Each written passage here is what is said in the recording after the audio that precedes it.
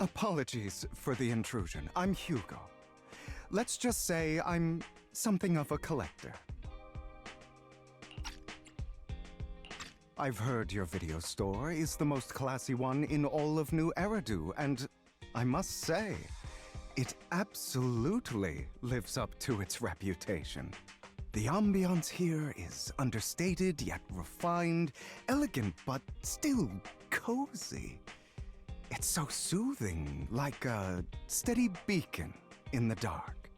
I've also noticed some well-known individuals frequenting this place, including elite members from PubSec and HSO. Your achievements at such a young age truly impress me.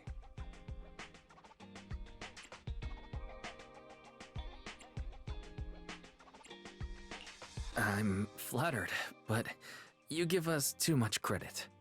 Trust me, I'm being honest. I do find your store quite special. So, I guess the rumors about this place are true. Children of devils.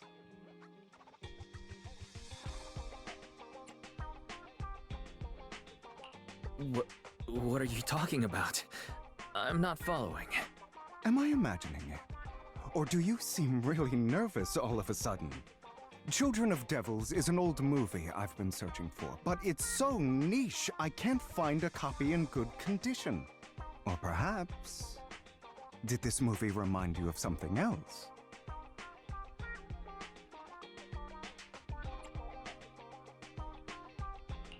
You're imagining it. I'm just surprised there's a movie we haven't heard of. No worries. Like I said, this movie is rather niche. Despite the word devil in the title, it's actually about vampires. I'm sure you already know. Vampires were a popular fictional concept back in the old civilization. Typically, they are pale-skinned, well-dressed, exuding a mysterious and dangerous aura. But beneath their immaculate facade lie lethal fangs for draining human blood.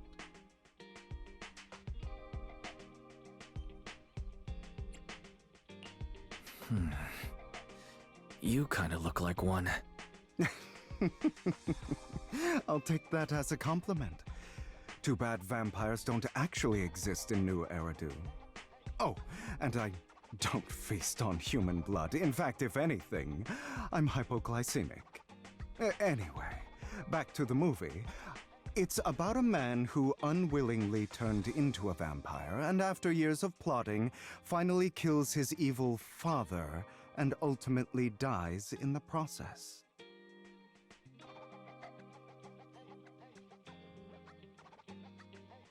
So, it's a tragic story. I actually think the ending is pretty good.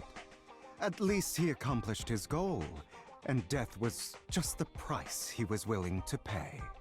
Well, it's a shame you don't have the videotape I'm looking for.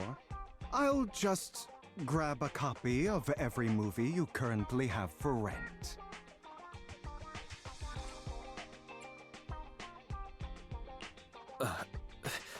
Thank you for your patronage. That's very generous of you. Just think of it as my thanks for chatting about the movie with me. Your store is like a collector's gem in itself. Please, consider my payments here as an investment in a collector's prized find.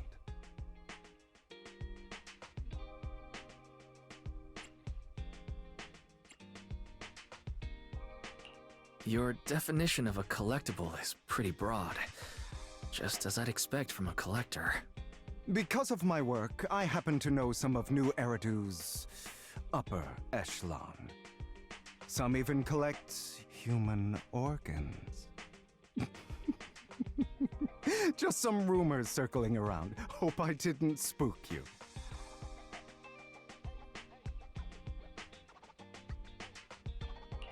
No worries. I don't scare easily. I've seen my fair share of crazy stuff. Guess I was worried for nothing. With so many high-profile individuals visiting here, I'm sure you're well-connected and experienced in various fields. Speaking of which, there's a big industry auction coming up. They'll probably have lots of collectibles, maybe even rare videotapes not on the market. If you'd like to attend, just let me know. Oh, by the way, I saw a marketing event at Lumina Square. Looks like there's a raffle going on. Go check it out if you're interested. Maybe you'll stumble upon something exciting. Especially at a place so close to the upper class. After all, there are always secrets hiding behind the light. Well, thanks for today. I'll take my leave for now. Until next time, my precious friends.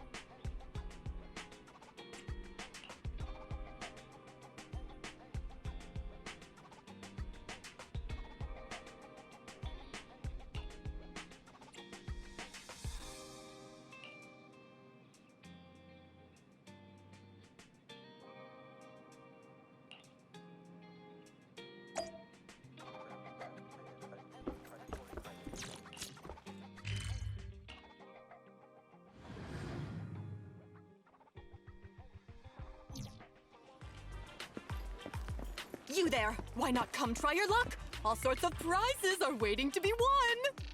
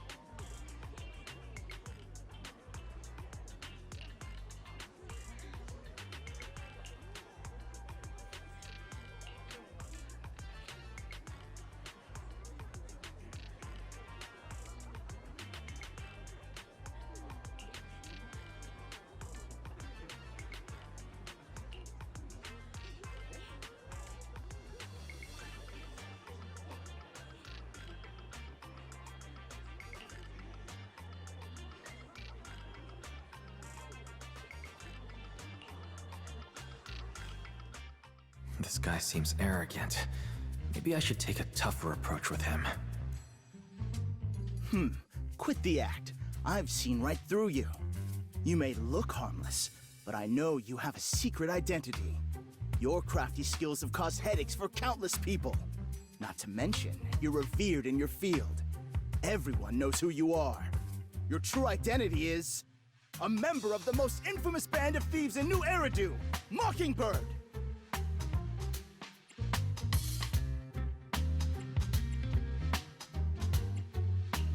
Nonsense. I'm a law-abiding citizen and haven't done anything wrong. Exactly. If you're so confident in your judgment, why not call PubSec? I'm sure they'd be delighted to apprehend this Mockingbird Phantom Thief on the spot. All right, jeez, I was just guessing. Forget it. Clearly, you have no idea who I am. I'm Curtis Ravenlock. That's right, of the esteemed Ravenlock family from Tops. You'll face consequences for crossing me.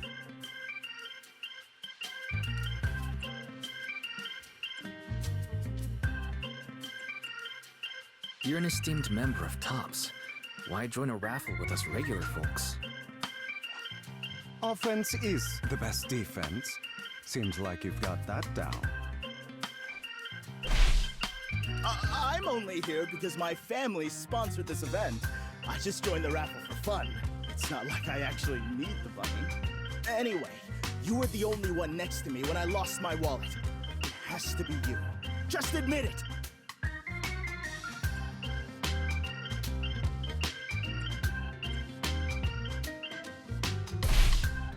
You've got it wrong. I didn't steal your wallet. I just happened to be standing next to you. Coincidence? Do you really expect me to buy that? You've been suspicious from the start. You're being too soft. You need a firmer stance with someone like him. In any case, my wallet is missing. It had a ton of Denny's, so someone's got to answer for that.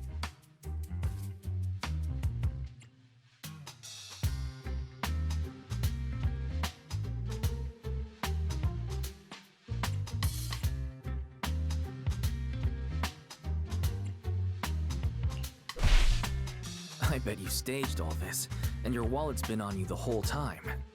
What? What do you mean by staged? Why would I do that? Someone stole my wallet. It's theft! With all due respect, I doubt he's clever enough to stage anything. Clearly, your accusation is baseless, Mr. Ravenlock. Your outfit, while elegant, shows unironed creases and noticeable signs of wear.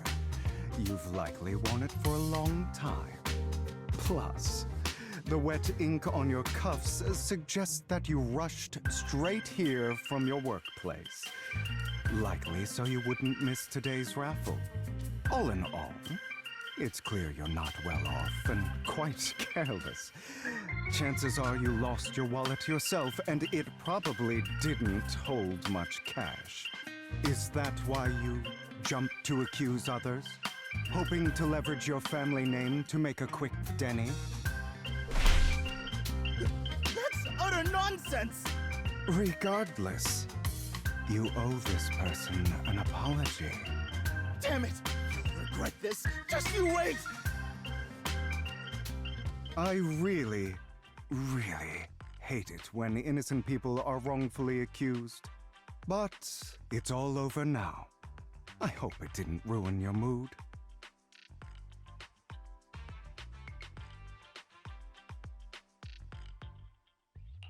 Good thing you're here. Otherwise, that guy would have kept arguing forever. I didn't really do anything. You outsmarted him all on your own. It's a relief to see him get what he deserves. He should have known what would happen the moment he falsely accused you. People like that should have a taste of their own medicine. That sounds fair to me. Unfortunately, we don't usually see such fairness in our world, do we? That's why sometimes I don't mind resorting to unconventional methods to right the wrongs. You seem to be implying something. Don't tell me. A good movie never spoils its ending. But feel free to speculate. Anyway, it was nice running into you. Please, accept this raffle ticket to mark the occasion. May it keep you away from shady people and situations and bring you good fortune.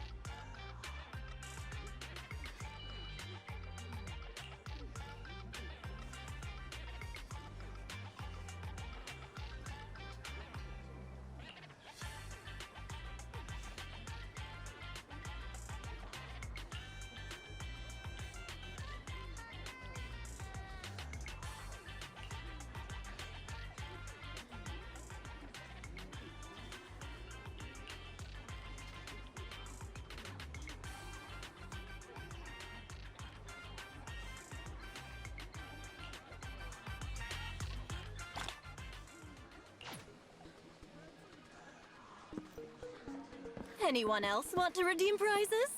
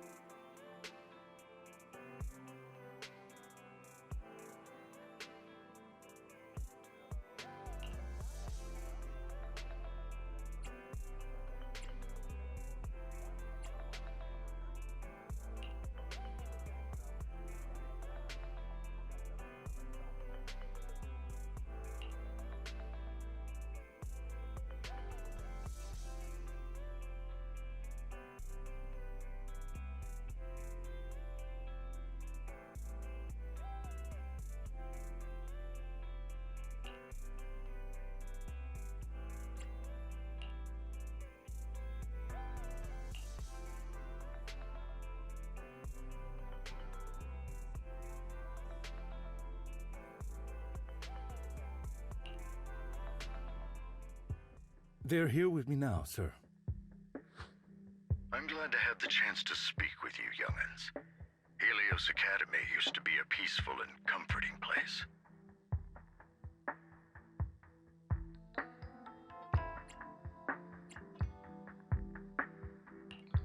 You know about Helios Academy? Yes, I do. And I knew your teacher, Carol. She was a kind person. I was truly sorry to learn that she was the one held responsible for the fall of the old capital.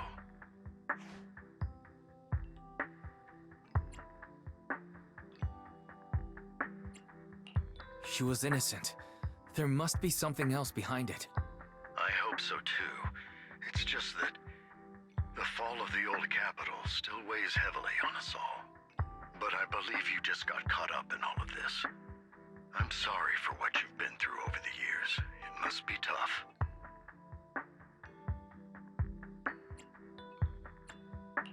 One day, we'll find the evidence to clear her name. Then I sincerely wish you success. The real reason I reached out to you is to tell you something very important. Something about your eyes. I stumbled upon some of the data Kara left behind. She spent much of her time studying ways to minimize the side effects of your eye implants. Teacher. She was always looking out for us. Yes, which is why I believe this was her final wish. As her friend, I want to see it through. Simply put, your eye implants are directly linked to your brain, and their functionality depends on your body's limits. As a result, the HDD system takes up a part of your body's capacity. This leads to certain issues, the most notable being that it suppresses your innate ether aptitude. I brought in a team of specialists to analyze Carol's data samples, and after some effort, they created a plan to upgrade the HDD system. After the upgrade, the HDD system will operate with significantly reduced power consumption, allowing for a substantial boost in your ether aptitude, or rather, a restoration to its original level.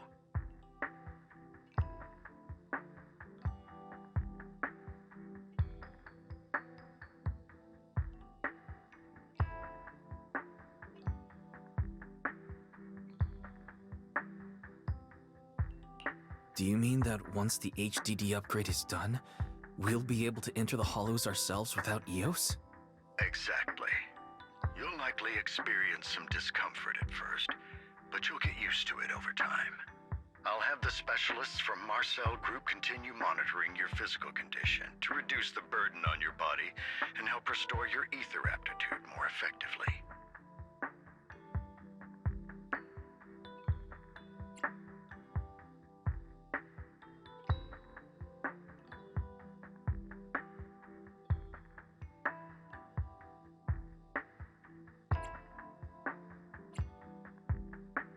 Are you really giving us such advanced technology for free? Feels like there's gotta be some kind of catch. Besides, you must have known about us for a while. So why wait until now? I'm not asking for anything in return. As for why I didn't reach out sooner, truth is, from what I've learned, your eyes possess even greater power. Perhaps the power within you could affect all of New Eridu. But you must understand, power is a double-edged sword. It can be used against enemies or allies. As the mayor of New Eridu, I must ensure everyone's safety. So I hope you'll forgive my caution. I'd been observing you for some time. That said, I'm confident to say that everyone at Victoria Housekeeping speaks highly of you. Miss Bell and Mr. Wise are both kind and honorable individuals. I believe they'll use their power for the right cause. Yeah, they're both good people. Thank you for your kind words. Even though we have no idea what this power is. You're not just making it up to get our hopes up, are you? Of course not. It's just that I don't have much information right now. I'll let you know as soon as I do. Well then, I'll let Lycon assist you with upgrading the HDD system. Rest assured he'll guide you through everything. You should be able to follow him with your knowledge. If you would follow me.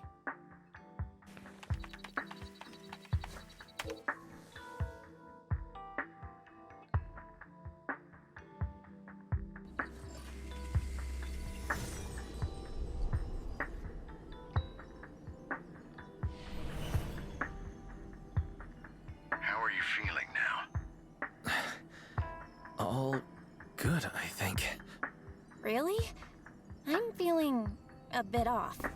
Your body is adjusting. Give it time to adapt to the changes.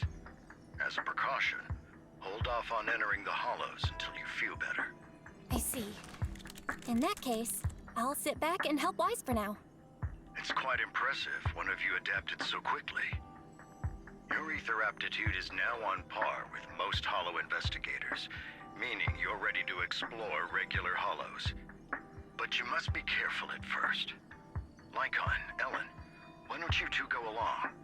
One of the data piles in the hollow near the metro is malfunctioning, and we need a skilled proxy to address it.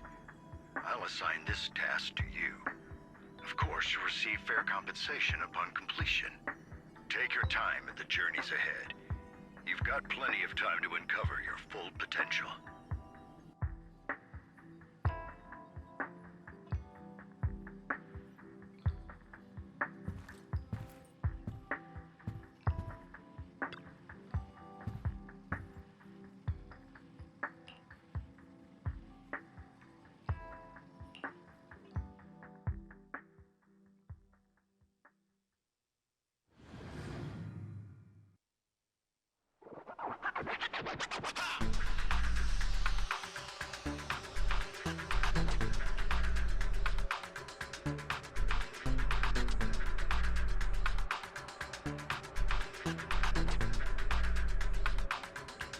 Master Proxy, the data pile that the mayor mentioned is in this direction.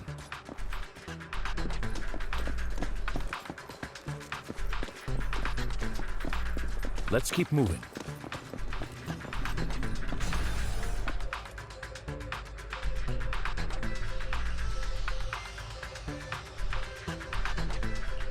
The data pile that the mayor mentioned is near that garage ahead.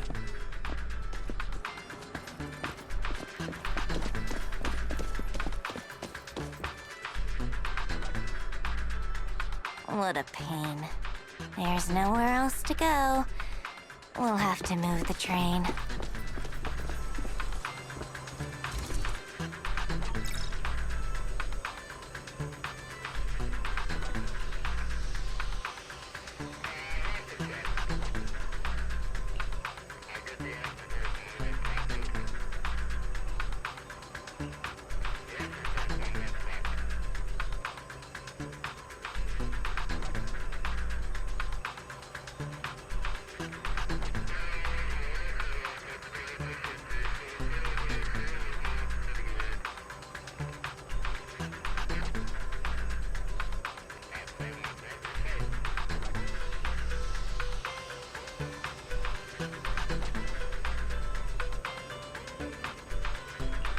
We should search for the passcode nearby to disable the laser, and then move the train.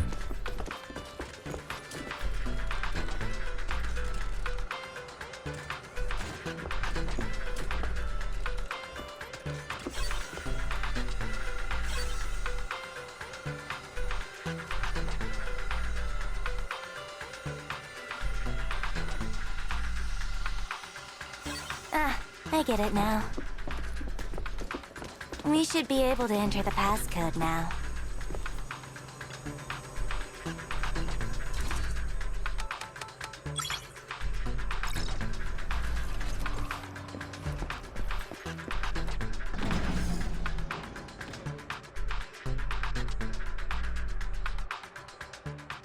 How are you feeling now, Master Proxy? Fantastic. Never been better. I'm relieved to hear it. If you feel any discomfort, please let us know at once. Yeah, I'll carry you on my back if needed.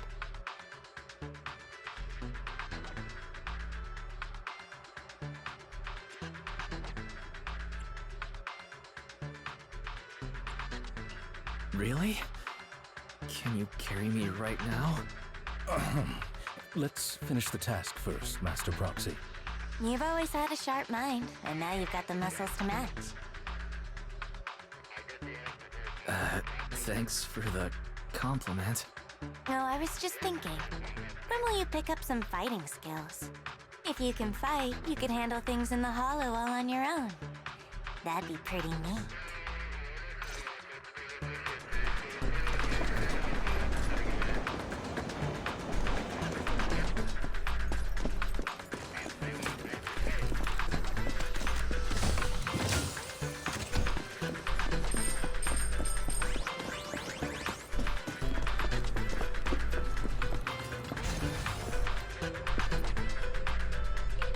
Master Proxy, the data pile is right up ahead.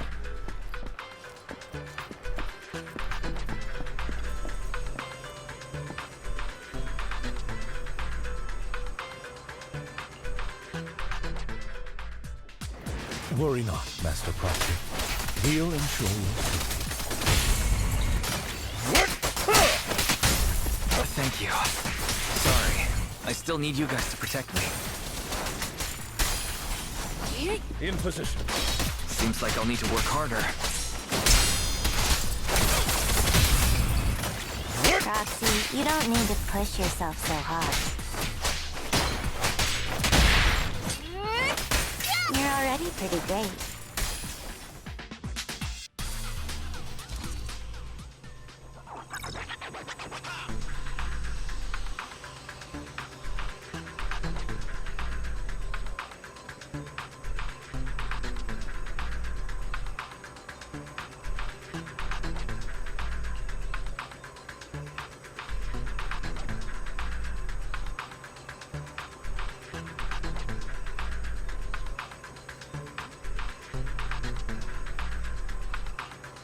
Oh, it's another passcode. We should be able to find the passcode nearby. Let's keep an eye out for it.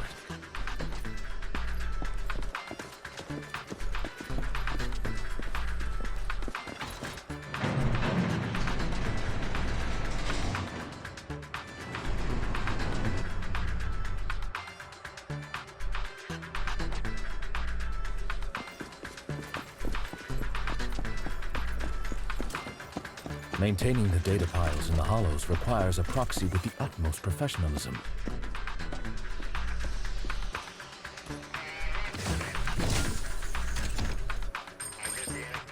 It is Victoria Housekeeping's honor to maintain a professional relationship with an outstanding proxy such as yourself.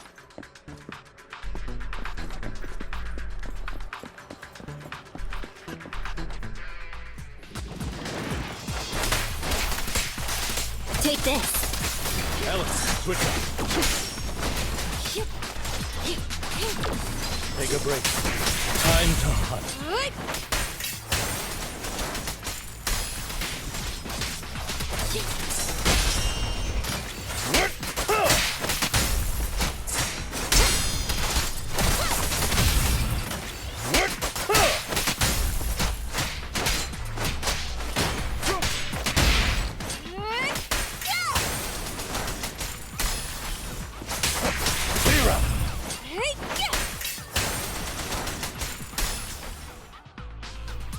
Master Proxy, let's take a look around this area. We might be able to find clues regarding the passcode.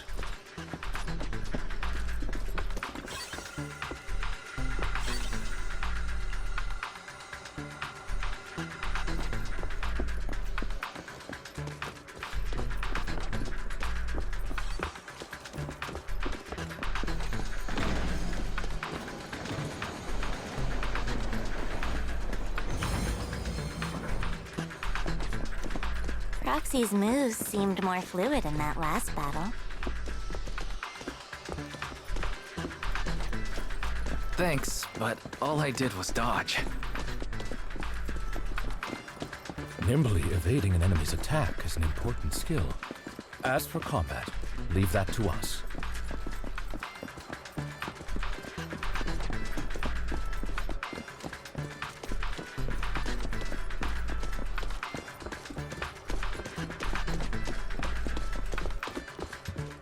Master Proxy, this should be the second passcode.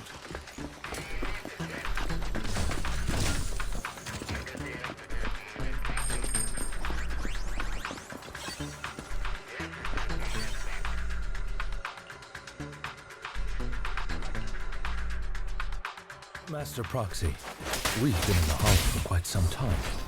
How are you feeling? Out of the way. I feel fine. Nothing unusual, actually. Let's hurry it up. That's good to hear. After all, this is the first time you've entered a Hollow since the system upgrade. Best not...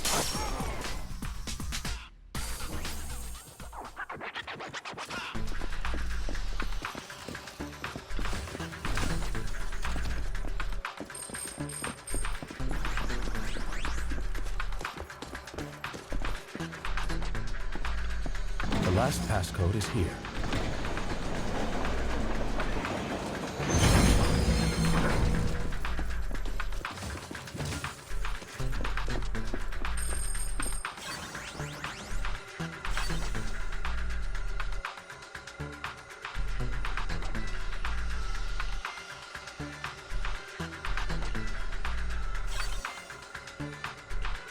All right, that's all of them. Let us return and open that lock.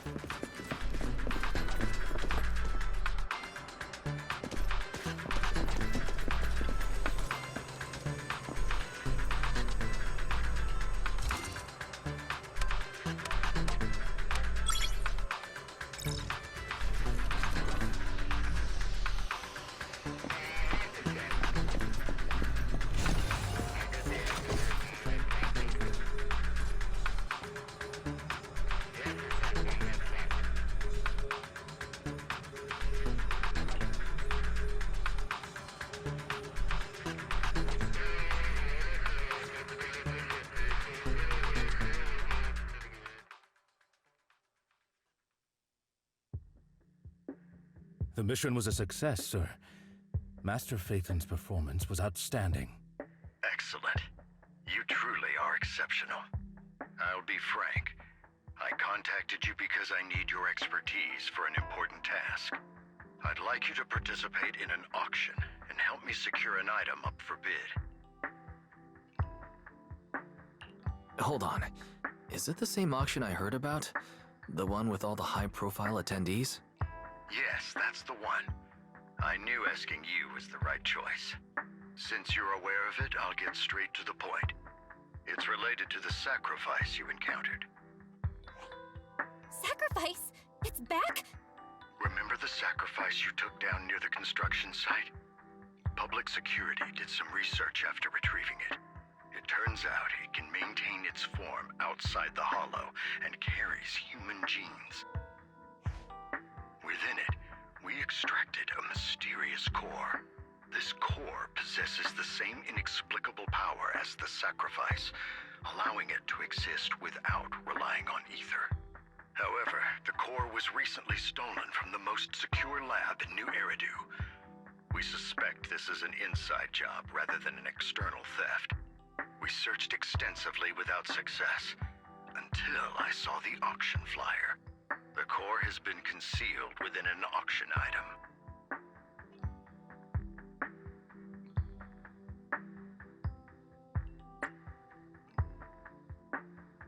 So you want us to bid on it at the auction.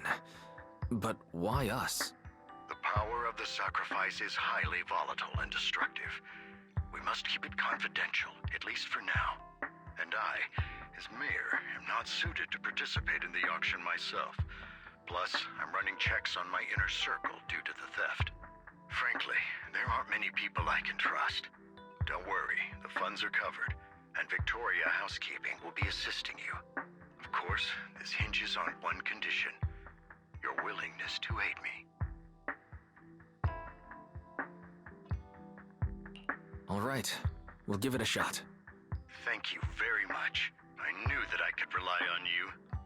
The only hurdle now is the invitation.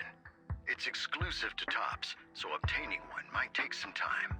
I'll handle that promptly. I'll leave the rest in your capable hands. You seem a bit puzzled, Master Proxy.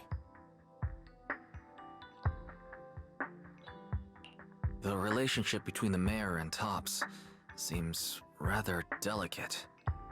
You're quite perceptive. As you know, the roots of New Eridu's governance lie with the Mayflowers, while Tops is a conglomerate of companies. Power and profit often lay the foundation for conflicts, which is why securing invitations could be tricky for us. Things would be much easier if Tops weren't so involved. But worry not, Master Proxy. It may take some time, but we will overcome these obstacles. Now, if you've no further need of me, I'll take my leave. Have a good day.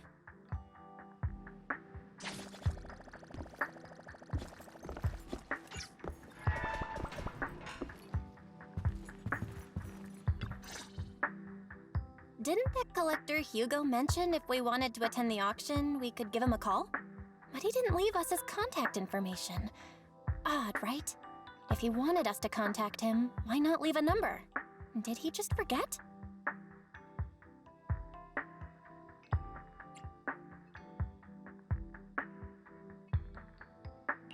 Maybe he left a puzzle for us to solve, like in the movies. You've been watching too many movies, Wise. We need to separate fiction from reality. Come to think of it, Hugo did leave us a raffle ticket and said something weird. He said something cringy like, "There are always secrets hiding behind the light." Wait, don't tell me.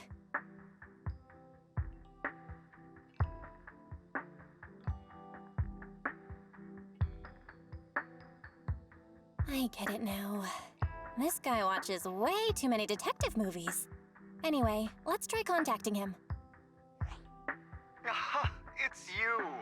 The manager of my favorite video store! Glad you've cracked my little puzzle. I've been waiting for you to contact me. I was worried I might have left a bad impression.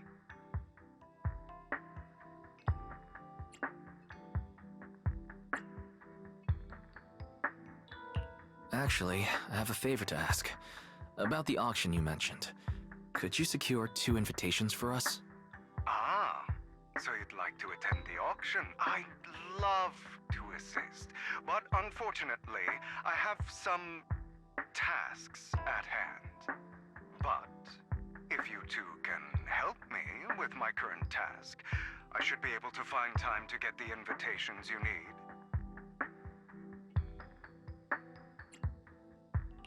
What kind of task? Is it something I can handle? Nothing too dangerous, I hope. Don't worry, I would never put you in danger. Let's discuss the specifics in person. I'll wait for you at Dew Gardening Shop in Lumina Square.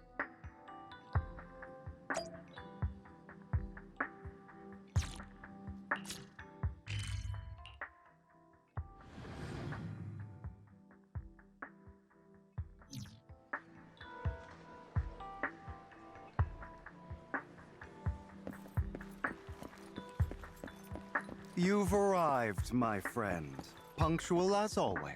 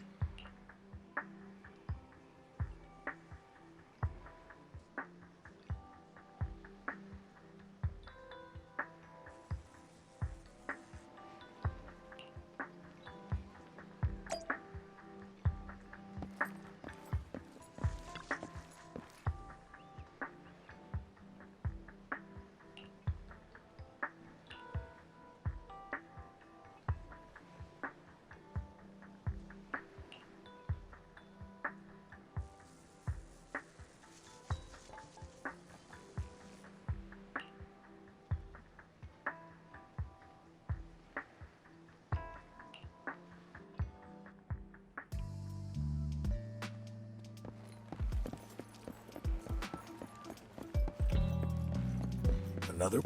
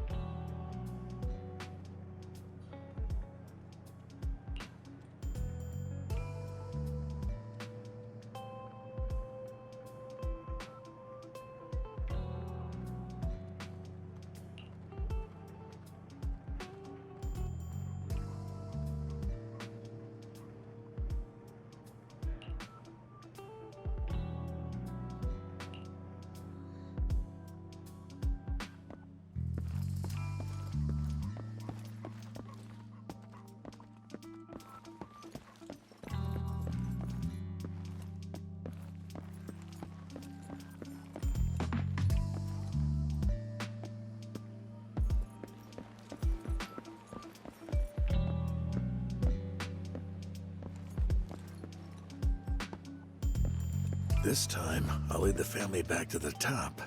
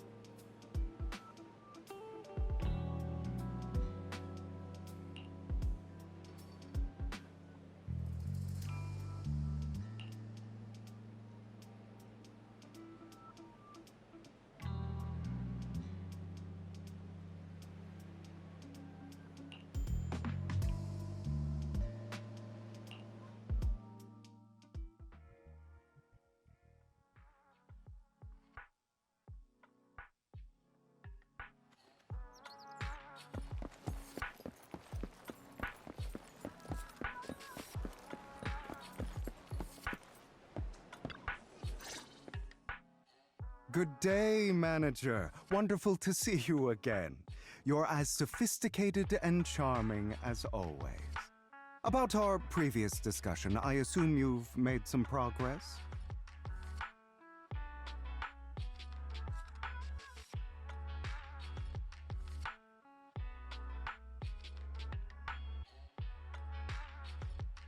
I see. Looks like it's more complicated than I thought. I appreciate your help. Here are the promised invitations for you. One was mine, but I won't be able to attend as I'll be occupied that day. I had to pull a few strings to secure these invitations, so please don't mention where they came from.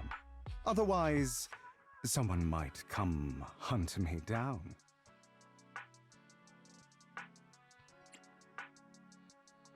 Wait, seriously? Is the auction really that dangerous? Well, when you dance with sharks, you can't avoid risk. But I have faith in you, dear manager. I'm entrusting you with my life. Don't worry, my lips are sealed. And so are my sisters. I've been meaning to say, you're so close with your sibling. I'm kind of jealous. What's your view on family ties, manager?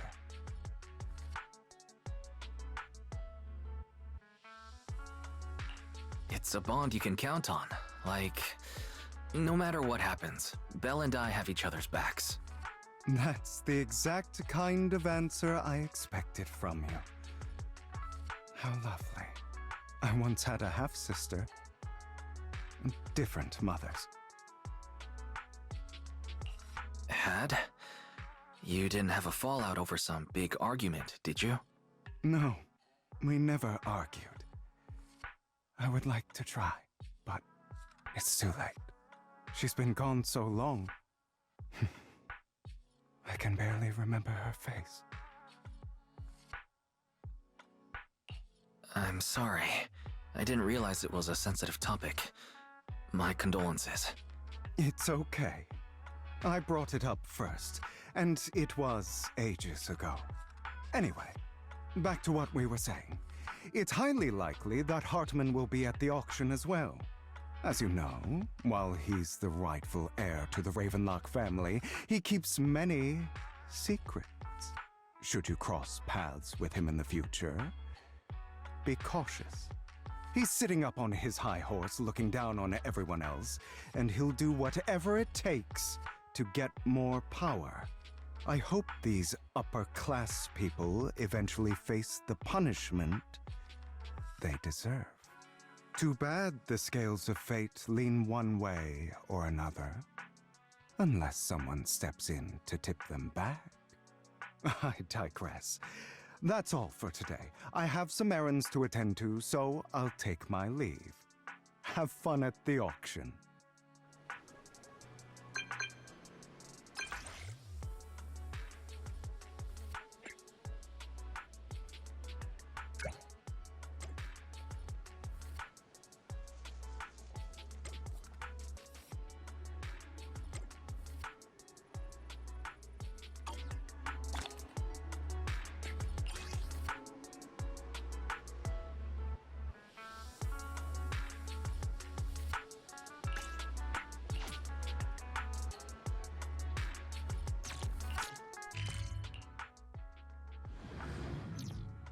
It is a pleasure to see you again, Master Proxy.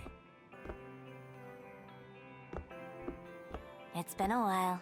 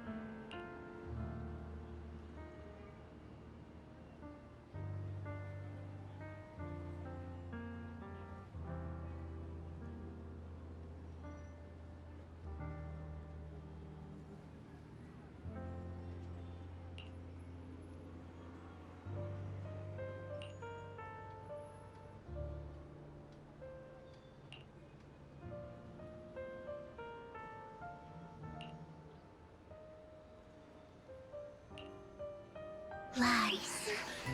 Deception. Betrayal. I see swirling mist, shrouding the truth in a deep, enigmatic haze. Found you. Chosen one.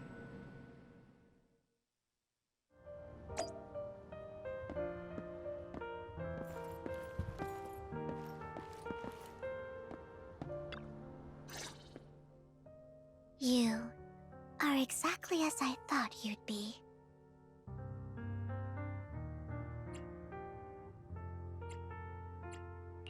Chosen one? What's that? Sounds like something from a tacky novel that was popular a decade ago. Words can only convey so much, so it's understandable if what I say doesn't make sense to you now. But you'll know what I mean soon enough. Young lady, I know you might think I'm lying, but I'm telling the truth. That item was my late husband's keepsake, and I had to pawn it due to financial difficulties. But I can't bear to see it auctioned away to who knows where. I'd never be able to get it back. Please help me bid for it. There's a hidden flaw in that item. If you point it out during inspection, it will be withdrawn from the auction and returned to the pawn shop. That way you won't have to pay for it. In return, I'll offer you some compensation. It may not be much, but it's all I can manage. Please. Mom, please don't cry. Your story might be genuine, but your intention is not. Besides, this has nothing to do with me. Your misfortune is not my concern. Young lady, You don't look like you're struggling for money. How can you be so cold-hearted? I'm sure this refined individual here feels the same way.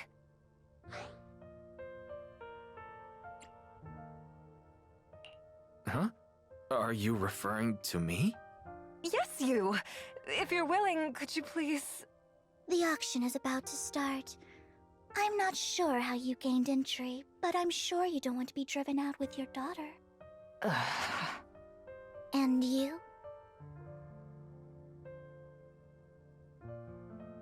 Here's a little piece of advice. Don't let your sympathy easily sway you in an auction like this. Otherwise, you might get swindled. I'm Vivian, by the way. Pleasure to meet you.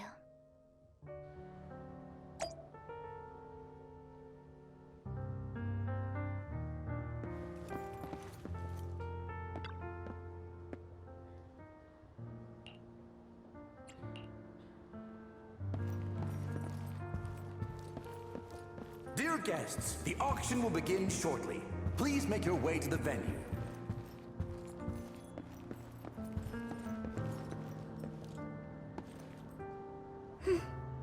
Not much longer until it's mine. Dear guests, the auction will begin shortly. Please make your way to the venue.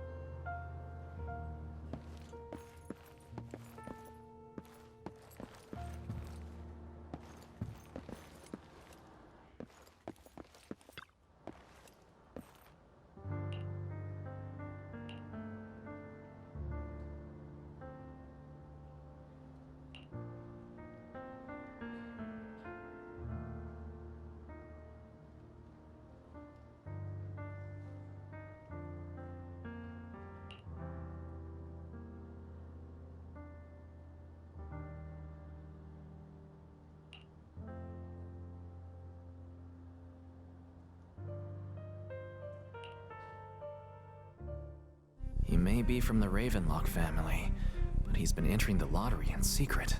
His financial situation might not be too great right now. Ugh, what rotten luck. I didn't expect to see you here. I won't back down this time. Well then, let's double our bid. A commoner would never bid so high. Damn it. A strong move, setting the tone right from the start. You should just give up already. I'm dead set on getting this item.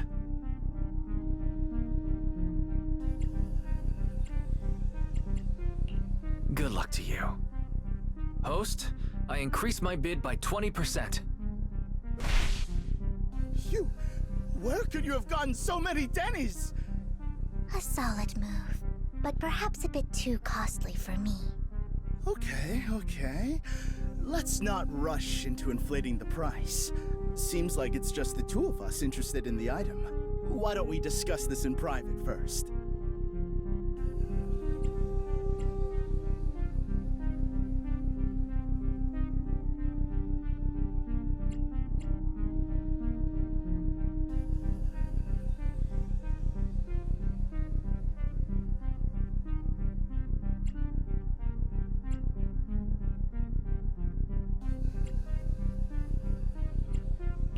No matter what, I won't back down. Ugh, I didn't expect you to be so determined. This is the perfect moment to shake your opponent. You're really stubborn, huh? Is it really worth arguing over such a small collectible? That's right. The Denny's in our pocket is our biggest advantage. Host, I'm raising the bid. The price is way more than it's worth. Forget it, I'm out. It's a bit overpriced, but it's still acceptable. Regardless, congratulations on your winning bid. Though in my opinion, its aesthetic style is a bit ahead of its time. But as long as you like it, that's what matters. After all, the true value of art is in the love people invest in it. The next item is truly exceptional. The final creation of a legendary artist, the only one of its kind in all of New Eridu. The artist's tale is quite fascinating. Unrecognized during his lifetime, his works were discovered by art collectors after his death and became hugely popular. Because of this, authentic works are few and far between, making each one incredibly precious. And this stunning final piece, anyone who loves his work won't want to miss it. Without further ado, let's get started! Starting bid, 200 million Denny's! If I can get it for under 500 million, I can still turn a profit. 300 million! If I'm not mistaken, Wise, isn't that the item the woman asked Vivian to bid on? Yeah, that's the one. If our budget allows, perhaps we should. 1 billion. Even if his final piece is a collectible of this quality, starting at $1 billion right off the bat. Since she doesn't have to earn her own money, any bid is just a number to her. Was that Vivian? Wow, she just said, "Don't let your sympathy sway you," then went ahead and bid anyways. Yeah, but she can literally afford not to take her own advice. Ooh, this elegantly dressed lady certainly has refined taste and deep pockets. So, is anyone ready to challenge this young lady? Invest in the legacy of a talented artist who left us too soon. Its value could double in the future. I'd advise against it. I'm going to bid on this no matter the price tonight. This young lady is certainly very confident. Our time is almost up at $1 billion. Going once, going twice, going 3 times. Sold for $1 billion. All right, ladies and gentlemen, that concludes the first half of the auction. Please feel free to unwind in the lounge for a bit, as more treasures await in the second half.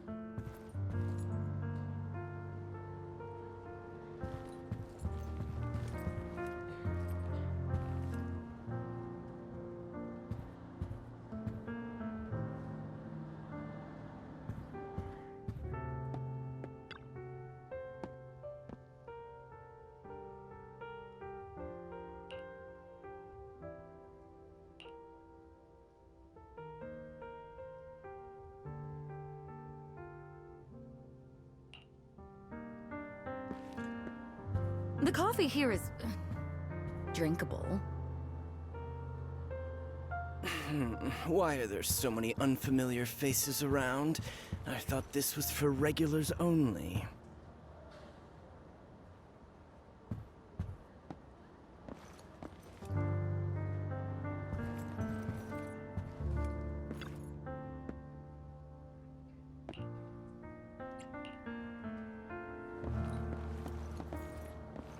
The coffee here is drinkable. Why are there so many unfamiliar faces around? I thought this was for regulars only.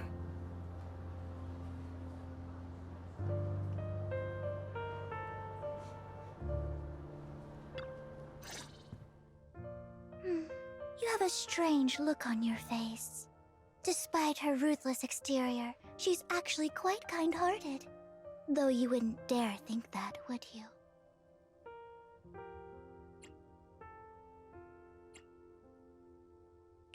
How did you know? Looks like I hit the mark. Just to clarify, I didn't assist that woman out of kindness, nor do I plan on giving up the item I just purchased, because it's nothing more than a common scam. A scam?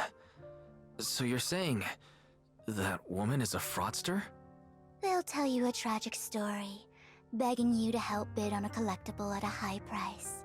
They promise a reward and guarantee the item will be withdrawn from the auction, so you think you won't have to pay anything. But the reality is, once you bid, the deal is done. No going back, and you end up shelling out a hefty sum for something worthless. So why did you still bid on the item? I really enjoyed the story of that legendary artist. Art, at its essence, sells stories, doesn't it? I'm willing to pay the price for the stories I choose. That's another lie. Looks like you believed me.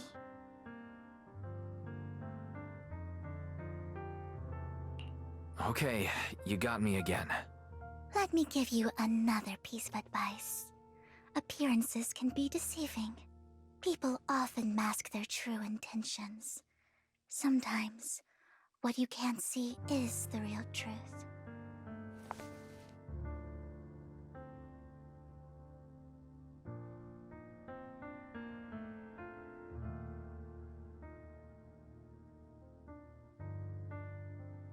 I hope next time you'll accept my invitation, and not that of these pretenders. I'll see you soon, my friend of many secrets.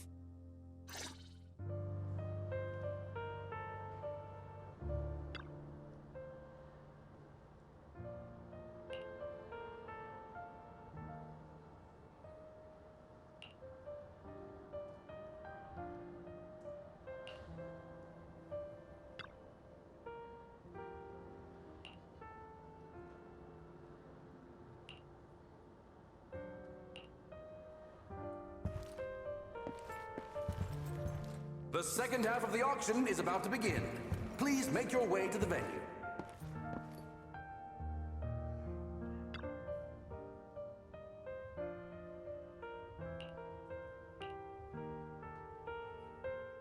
Ladies and gentlemen, welcome back! Up next in our auction is tonight's showpiece, the one-of-a-kind Robe of Heroes! Legend has it that, long ago, this was a garment that only a hero could wear. What's truly fascinating is the unique gem embedded in the collar of this robe. It's unlike any gem I've ever seen. Almost magical.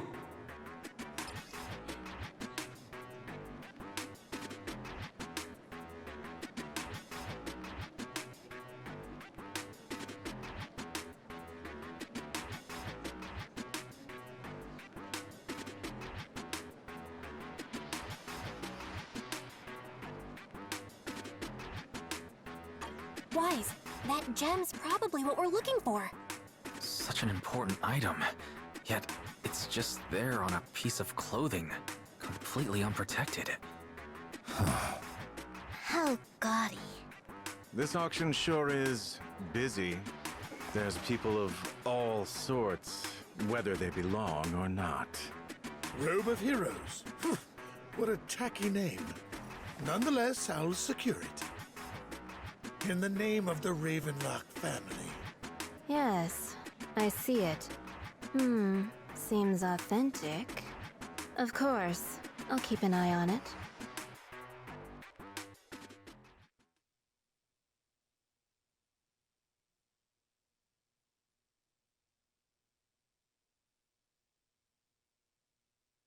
I didn't expect this to drag on so long. I believe there is no meaning in continuing this senseless bidding war. Frankly, wasting time irks me more than squandering money. So, my friend, let's cut to the chase. What did you have in mind? This man is pretty shrewd. Maybe I should match his energy.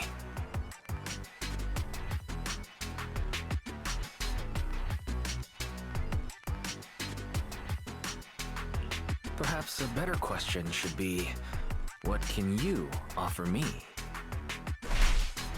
The ball's in my court now. Good. I enjoy conversing with people of sufficient intelligence. There are more antiques in this auction than just the robe. Why rush into this? You might find something else you prefer.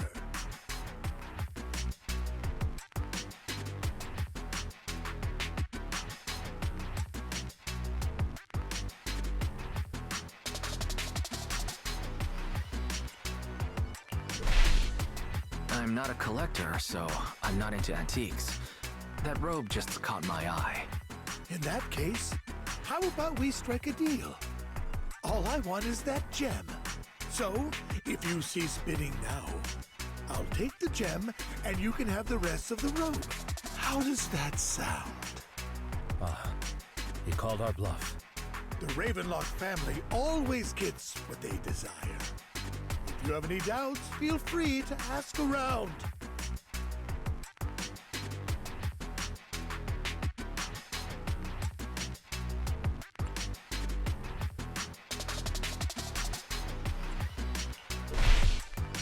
You're not threatening me, are you? In broad daylight? Is the Ravenlock family plotting against me in front of all these attendees? Of course not. I simply want you to understand what it means to try and take something from me. He has no shortage of cronies here. Stay vigilant. My time is valuable, my friend. I've already lost a significant amount of dennies talking to you. If I offer you a token of appreciation, let's say a hefty sum of dennies, would you consider backing out of this bid?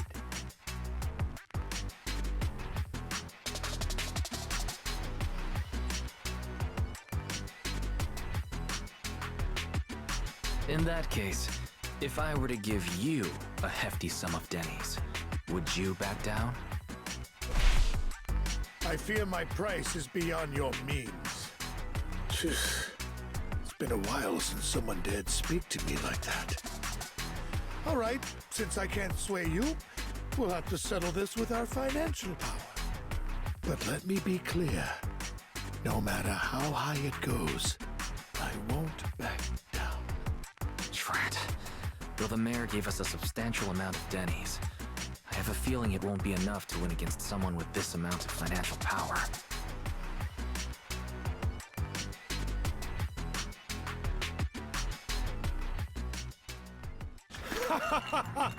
Thank you, everyone.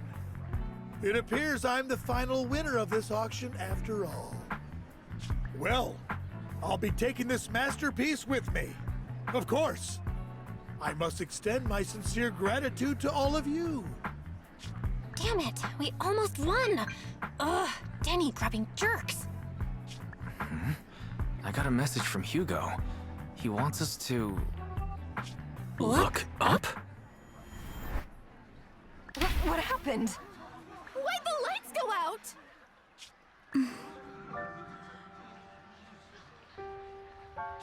What's going on? The power went out? Mommy! I'm scared! Ladies and gentlemen, Welcome to tonight's auction. My apologies for the long and dreary opening.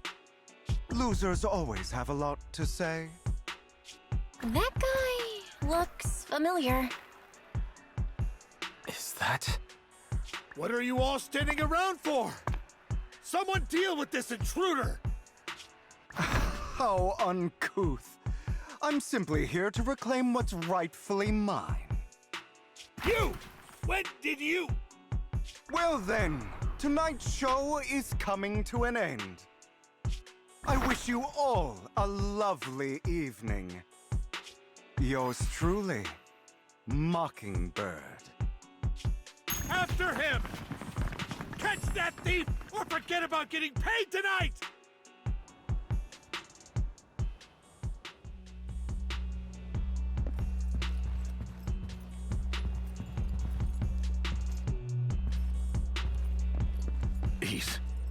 I can't believe he's here.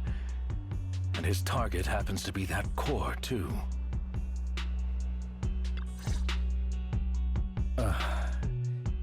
Forgive me, Master Proxy, but that... Mockingbird and I have... history.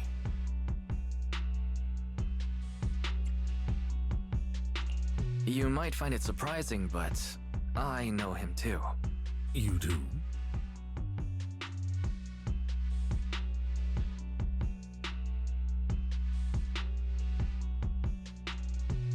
I see. So that's how you know him. Years ago, we founded Mockingbird, the Phantom Thieves Syndicate. Things started off well. We were young, with naive ideals and lofty goals, and we pursued what we thought was right. But one night, that all changed. There may have been signs of what was to come, but no one noticed them at the time, or perhaps we chose to ignore them. Eventually, I left Mockingbird and accepted the olive branch extended by the mayor. The separation was, shall we say, less than amicable. And my dearest friend became my sworn enemy. Master Proxy, if I may ask, what do you think of Hugo?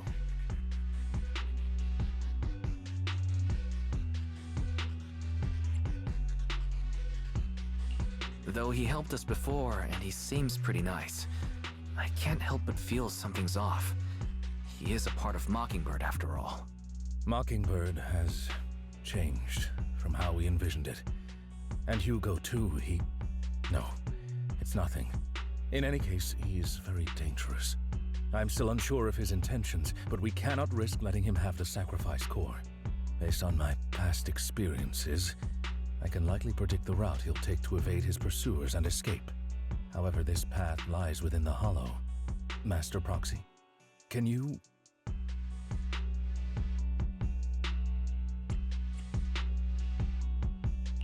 Let's head straight there.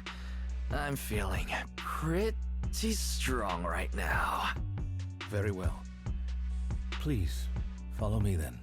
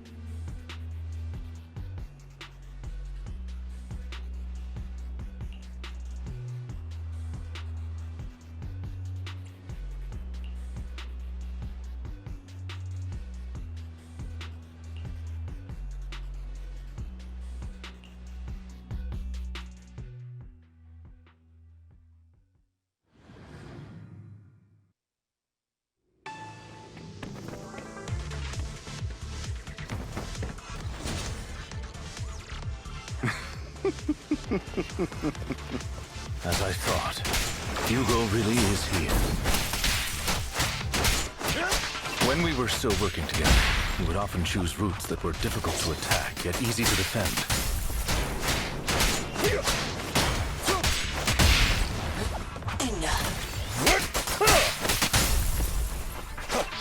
Master Proxy, the layout of the port is complex. Ethereals may jump out from any corner.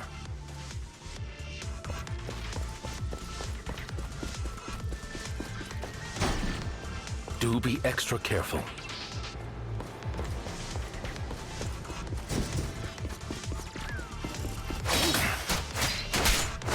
There are so many Ethereals.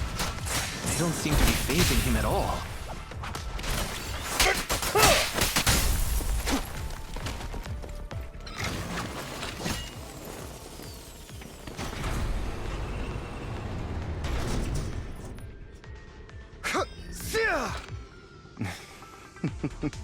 Goodbye, my friends.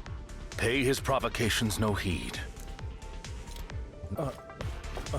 No worries. We've dealt with minor obstacles like this before.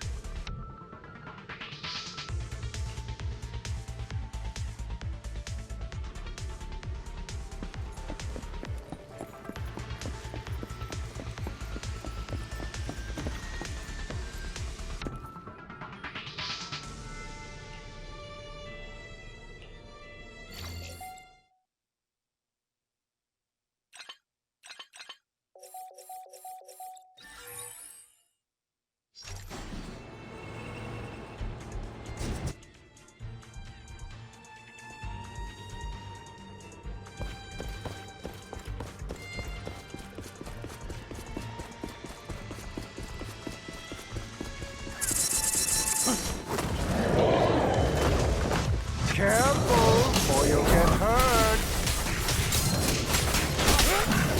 I'm not going to let you have your way. Master Proxy, that's one of Hugo's weapons. Make sure to avoid it.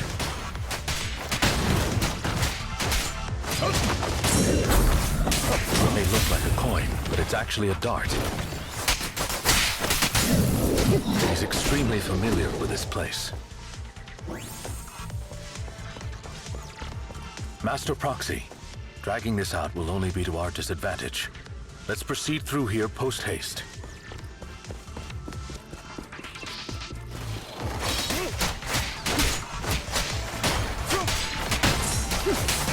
Take this.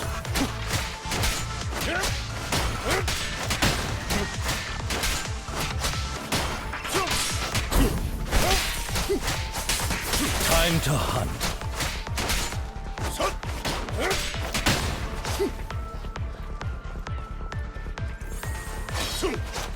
The mechanism here isn't damaged.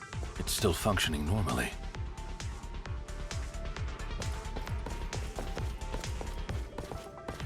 Something's not right. It feels too easy, almost as if he let us through on purpose.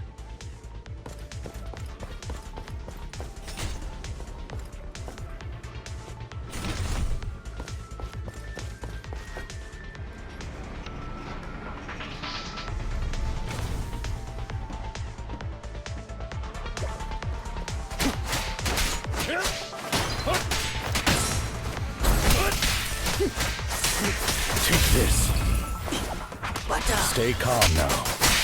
What's the rush, my friends? We still have plenty of time. This guy's as sly as a fox. Nope.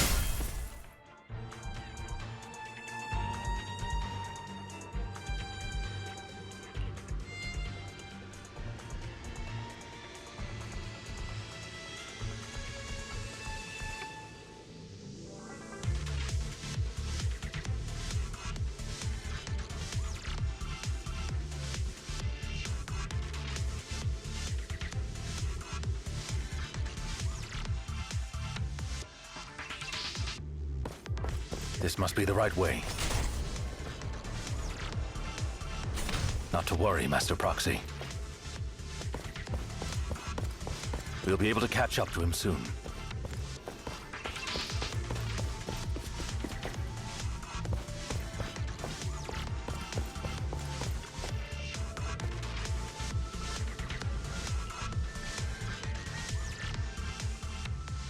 It should be this way.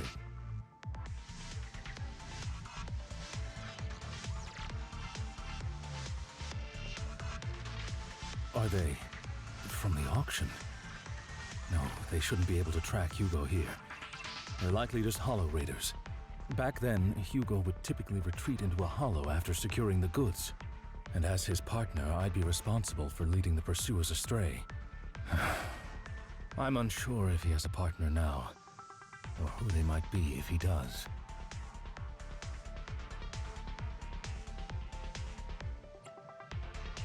Well, Phantom Thieves usually have partners.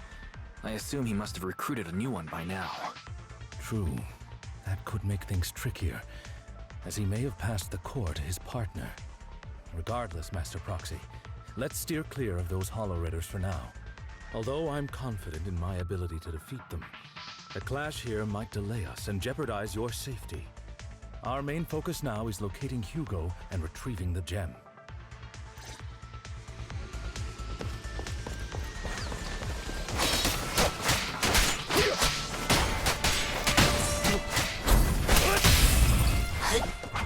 Stand still.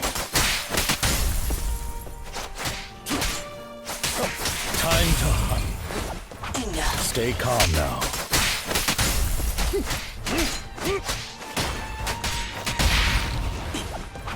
Stand still. He should be nearby.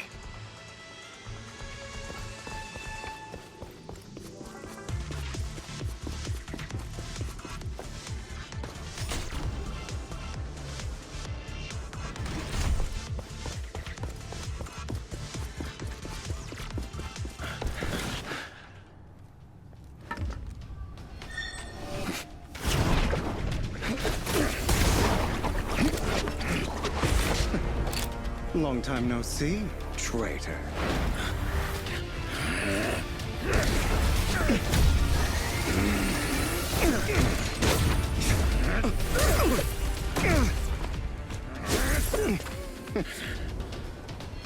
It was you who broke the oath, not me. You haven't changed, pompous and self-righteous.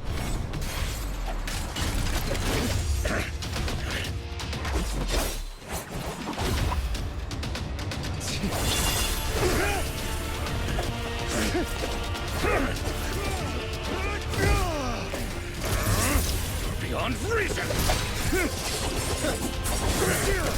Both of you, enough already!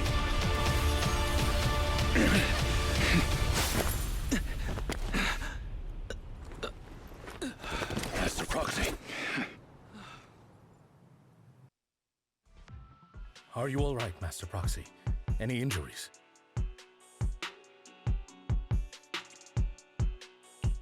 I'm fine. I just forgot I wasn't using EOS. I thought your attacks would just go over my head. I'm not used to being this tall, I guess. Rest assured, Manager, my blade has always been steady. I'll never point my weapon at my allies, especially not you. As for that oaf, he has no sense of control in the heat of battle, even turning on his own comrades. I'd thank you not to spread lies. What? Are you denying it? I merely spoke the truth, didn't I?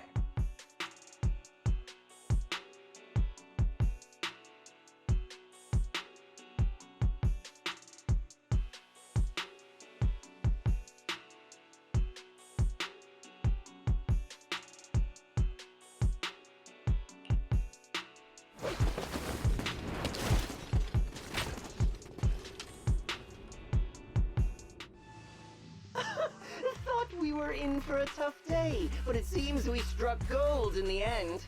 If you value your lives, you better hand over all your etheric resources and any other valuables you've got. I have no conflict with you, gentlemen. I'm here for personal reasons, not to mine ether resources. Cut the crap. It's been a rough day, and we need something to make it right. Whatever your business is, pay your dough or bite the dust. Pay our dough. This is the Hollow. You're not claiming this hollow as your own, are you? Not even the current mayor of New Eridu would dare to make that assertion. Am I correct, Mr. Mayflower Watchdog? You sure have a mouth on you, pretty boy. Don't push it. We've buried idiots like you in the hollow before, and soon you'll be joining them. I'd urge you to reconsider. Huh? Unfortunately, your kind advice has come too late. They've already worn my patience thin.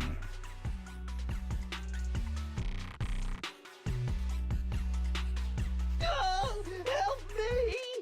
Scared? Then perhaps you should think twice before you act. You've made your bed. Now lie in it. Sorry! I'm so sorry! Please have mercy! Spare us! We won't do it again! Are you quite done blowing off steam? Don't kill them. I'll hand them over to public security once we're out of... Who do you think you are to tell me what to do? They weren't planning to show you any mercy, yet you forgive them so easily. You haven't changed at all over the years, Lycon. To hell with you and your foolish fantasies of being some almighty savior. Haven't you learned your lesson from what happened with your eye and legs? My principles remain unshaken. No one has the right to take another's life. Sinners deserve punishment. Do you know how many lives they've taken? I'm merely delivering the justice the world needs. It is not our place to pass judgment. I know I will not sway you. There's no point in continuing this argument. I will stop you. I always will. Go ahead and try. I will defeat you. I always will. Be prepared to kneel before me, traitor. You talk too much. For mercy. Zero!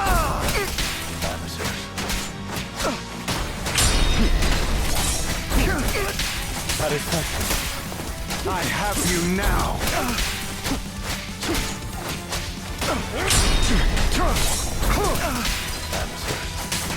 Zero!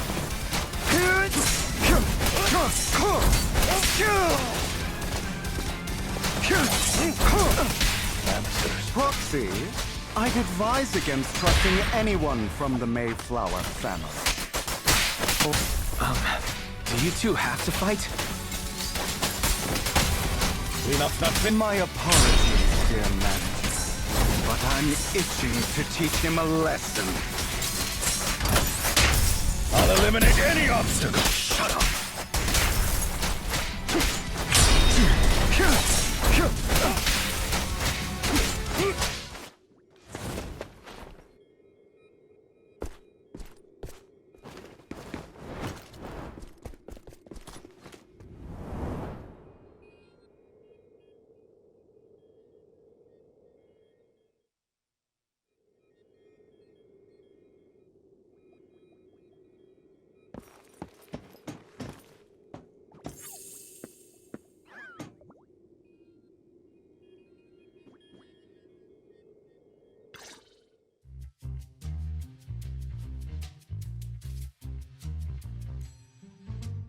Worry not.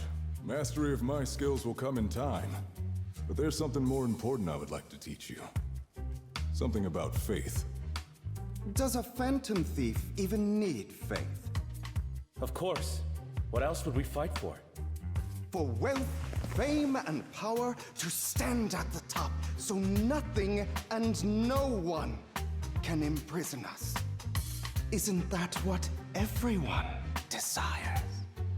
Or perhaps, by faith, do you mean something asinine and empty, like justice, dreams, or friendship? Hilarious. Grow up, Lycon. It's time to let go of your naive fantasies of being some almighty savior. You just don't get it. All right, enough squabbling. What I'm trying to teach you is very simple. I may not walk the path of justice, but I do not walk the path of evil. There's too much injustice in this world, and there are times when it becomes necessary to right those wrongs with unconventional methods. Taking lives, however, is out of the question. Life is a precious gift, one that nobody has the right to steal. No one should have the authority to judge whether another lives or dies. Keep that in mind. I will. You don't seem convinced, Hugo. As you mentioned, this world is unjust. That's why we must strive to bring fairness to this world. Those who cause harm should face consequences, just as those who take lives should. But not all lives hold the same value. Sometimes, you may need to eliminate one if it means saving more. You're too proud. Your pride may lead you astray. I have my own path and beliefs, Jack. I'll determine for myself what's fair and unfair. Hey, watch your mouth. If it weren't for Jack, you'd be dead already. You're a smart kid, Hugo. Skilled too. You could easily take the life of a sinner. However, what if one day you found out you were wrong? What if that so-called sinner were innocent? Could you bring them back to life? I wouldn't make that mistake. To err is human. Everyone is bound to make mistakes.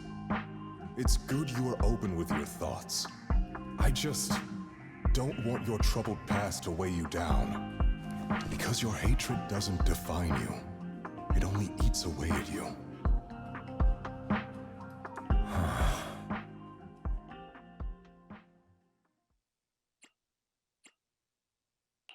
Are you okay, Lycon?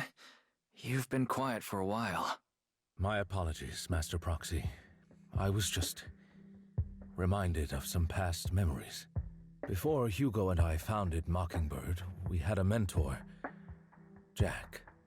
He took us under his wing when we were in dire straits, imparting his skills and life lessons. But Hugo didn't agree with his viewpoints. Perhaps our paths were always fated to diverge. I've been curious for a while now. What caused you two to split? Mockingbird faced numerous triumphs, but also setbacks, and one of them was a disastrous one. Hugo, you... Was this you? All this? So what if it was? Have you gone crazy? Have you been planning this all along? You'd bury all these lives in the name of vengeance? They deserve to die. Especially my so-called father. I should have killed him a long time ago. A really long time ago. You know what, Lycon? There's some people whose only purpose in life is to bring more suffering into this world. Sometimes murder is what brings justice back into this world. And for that, I must stain these hands in blood. Enough! I can't trust anything you say anymore. I'm leaving Mockingbird, now! Where are you going? Anywhere. Someone from the Mayflowers got in touch with me before. Are you mad? You know what those hypocrites in city administration are like. They're no different from tops. We fought them together all this time, and now you're leaving to serve as their lapdog. Are you going to turn your back on Mockingbird? Turn your back on me? The mayor is different from the others. It doesn't matter. I'm not going to even try convincing you. As your friend, I'll give you one last piece of advice. Please, stop here. Otherwise, the day will come where your hatred and ambition will consume you.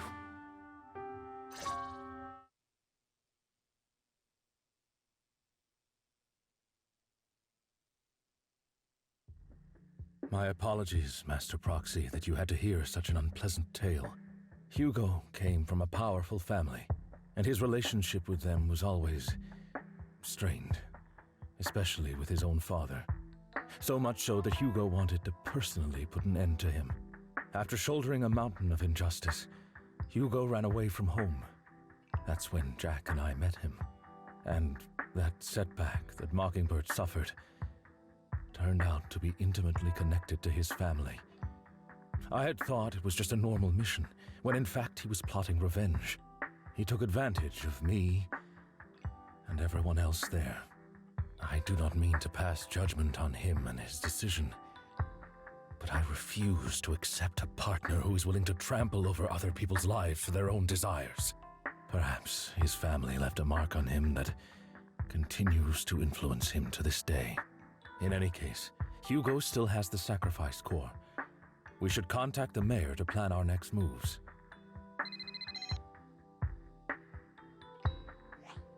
A pleasure to speak with you again. Lycon has already filled me in on Mockingbird stealing the sacrifice core. I'll deal with it. Anything else we can do to help? I mean, we didn't manage to complete our mission. No.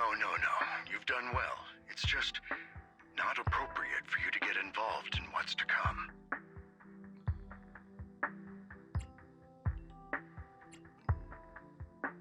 We've been through far more dangerous situations. Plus, we've dealt with Mr. Mockingbird before, so maybe we could help you. Really, I appreciate your kindness. It's just... Very well. Seeing as you're all people I know I can trust, I'm going to be frank. Not long ago, I received a letter declaring criminal intent. Sir. Lycon, I know you don't want to place them in danger. I feel the same way. However, I believe they deserve to know the truth. That letter threatened to use a sacrifice to take vengeance against the entire city of New Eridu. What do you mean by vengeance? I believe the person, or the organization, who sent the letter is planning to use the sacrifice to mount a large-scale attack against the city. Everything we've uncovered so far seems to support this hypothesis. As you know, the sacrifice's true power is a mystery and cannot be controlled if anyone attempts to use it as a weapon. This is no small issue. If this gets out, it'll send the public into a panic. Please promise me you'll keep things confidential. Then let us help out. We can do our part too. But it's like I said before, it'll be too dangerous for you. Whichever way you look at it, you're still citizens of New Eridu, and as mayor, it's my duty to protect you. Plus, Carol would be furious with me if I put you in danger. If she were still around. Anyway, I'm not at liberty to discuss this matter any further. Please rest assured that we will handle things properly as the administrative authority of New Eridu. That's right, Master Proxy. Please trust us. So that'll be all for today. Goodbye for now.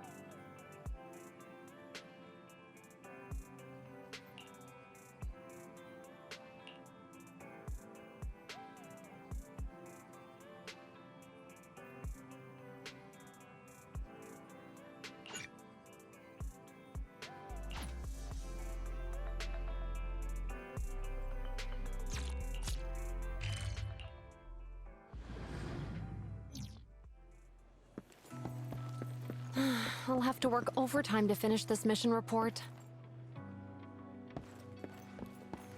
You're here!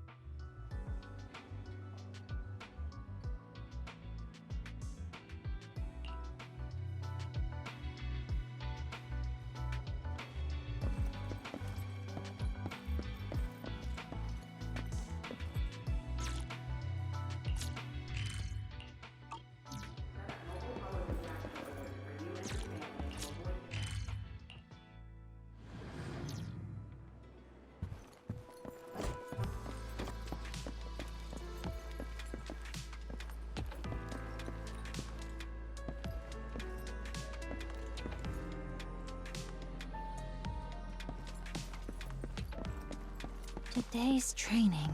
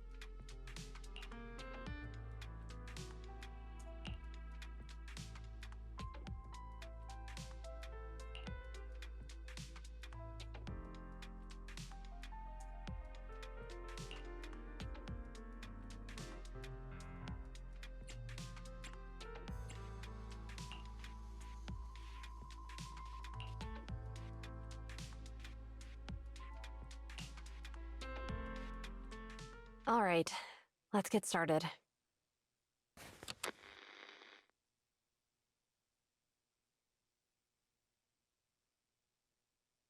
I'm probably not getting out of this hollow, but at least this tape recorder still works.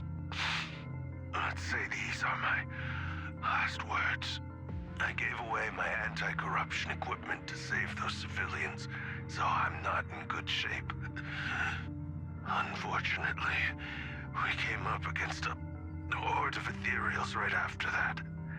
I rushed over to fight them off and tried to save the civilians, but in the thick of all the fighting, I turned back and realized that I was somehow alone. Nobody was behind me. Luckily, I managed to defeat the ethereals, but the wounds and corruption I sustained in doing so should be fatal. I don't mean to cast the blame at all here, and if any of my colleagues ever pick up this cassette, I hope that nobody is ever held accountable. It's just human nature. It's normal. I just have a few regrets. Oh, what's that over there?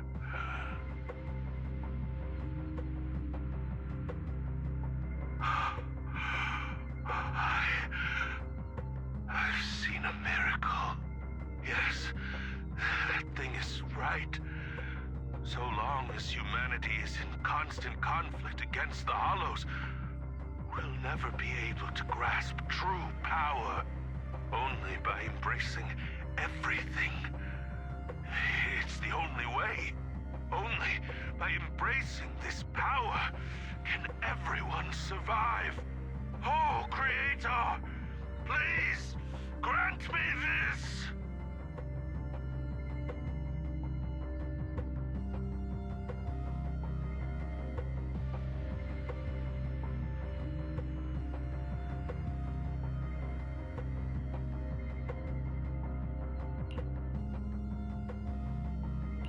Are you okay, Juyen? Don't be so down. Thanks. I'm okay. It's just...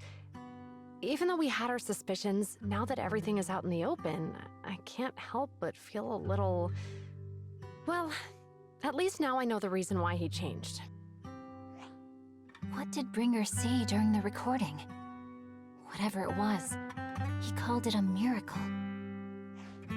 I saw the mission report from that incident.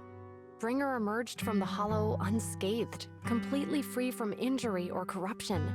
Plus, I remember him rescuing a few civilians and walking out of the Hollow together with them.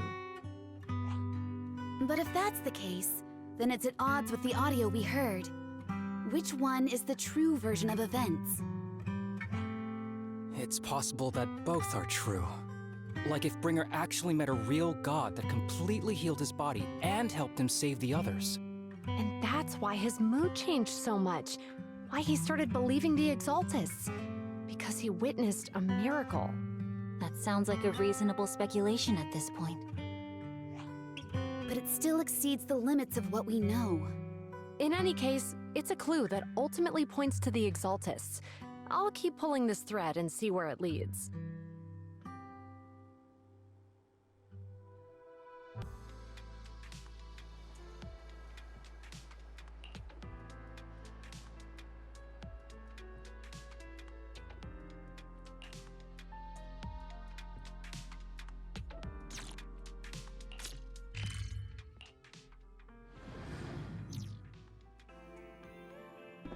I've been waiting for you for quite some time.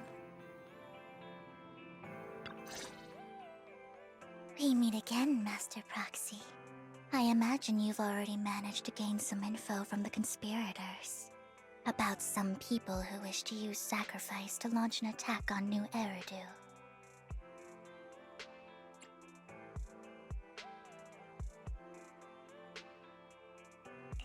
So you know about that? I only just found out myself. Because I've been watching you this entire time. I know many things. But unlike those hypocrites, I'm willing to share info with you to show my sincere hopes of working together. I need to find Bringer's belongings. Bringer's belongings? Did he even leave anything behind? Oh, he did. I have complete confidence in my intelligence network. All the more reason for you to work with me. You've probably already guessed, but what Bringer left behind will be crucial for cracking the alleged sacrifice attack. Find it, and we'll finally know what they are after. Who do you mean by they? The Exaltists, of course. They're always lurking whenever something related to sacrifice comes up. Actually, the Exaltists and I, we have a bit of shared history. But no more than that until you officially agree to work with me. All right, I agree to work with you. Splendid. I like people who don't mess around. By the way, might I ask, you're not proficient at in-hollow combat, are you? No, I can't fight. As I expected. Not to worry. You're an invaluable proxy. All I require is for you to guide me. I mean, not even my darling Lord Phaethon can fight in the Hollows. Hang on. What did you just say? Your darling Lord Phaethon? That's right. The best proxy in all of New Eridu. Lord Phaethon. Don't tell me you don't like him.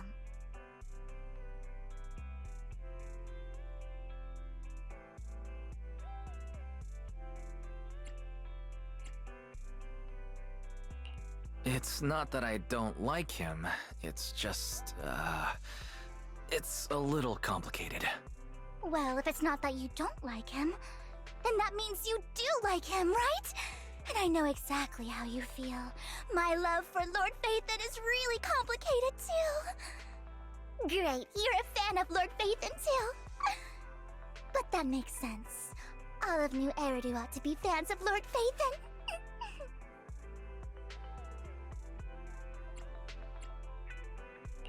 Fine, you're right. I'm actually a fan of Lord Phaethon. Then we're fellow fans! Wonderful. I feel so much closer to you now.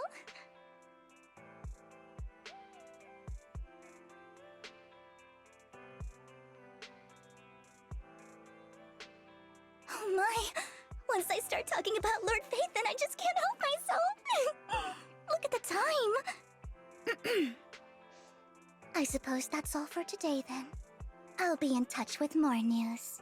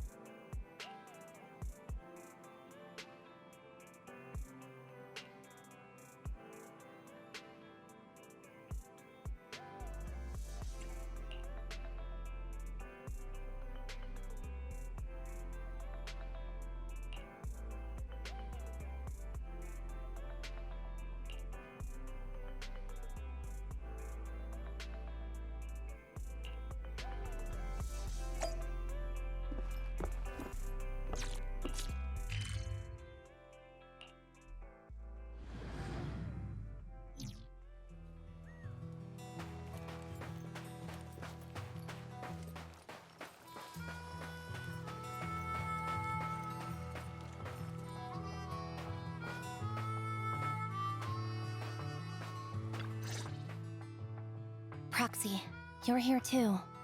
I didn't expect to run into you here. What are you two doing here? And still in that outfit, Ambi? I'm here to investigate that incident.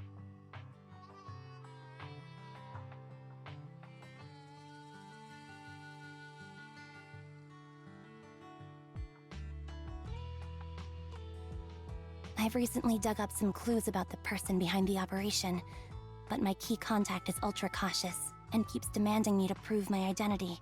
So, to gain her trust, I decided to meet her dressed like this. Now that everything is completely finished, this uniform doesn't really represent anything in particular. For me, it's just another outfit now. We all have to move on someday. I'm helping her. I want to make sure whoever's behind all this is caught. Huh. And who's this young lady? This is my friend, Vivian. We're here investigating a few things ourselves. Ambi, one of the Cunning Hair's most powerful members. And Trigger, an Opal Squad sniper. It's an honor to make your acquaintance. You know us?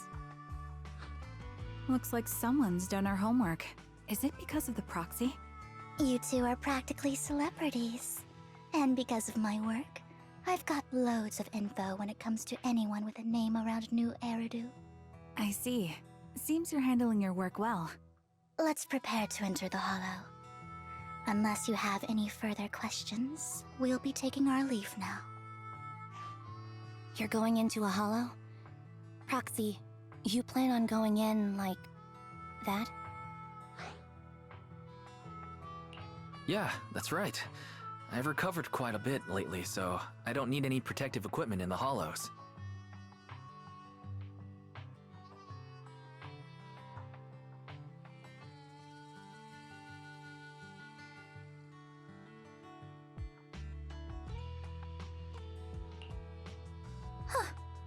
Aren't you that lady from before at the auction? Hello. I didn't expect to see you again, young lady.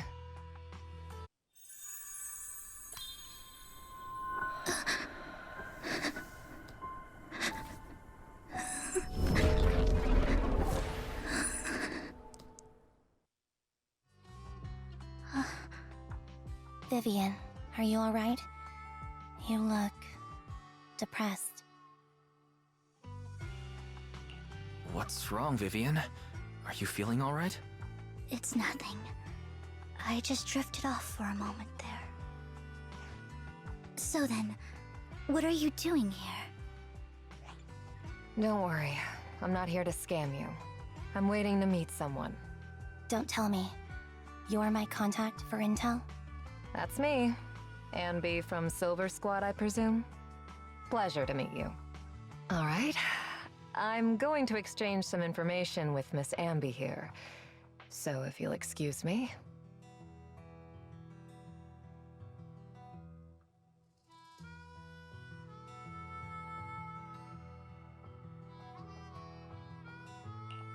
You aren't looking so good.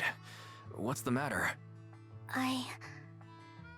I can tell you later, but not right now. Okay, that's all the information I got for you. In return, I want you to do something for me. Take me into the Hollow. I left something very valuable inside. I have to find it. Seeing as we were just about to go in ourselves, why not join us? It's fine by me. But didn't you say you were investigating something? It's fine. There's no rush. Right, Master Proxy. Huh? Yeah, there really is no rush. Sure, let's all go together. It'll be safer with more people, and we'll find your missing item more quickly. Thank you.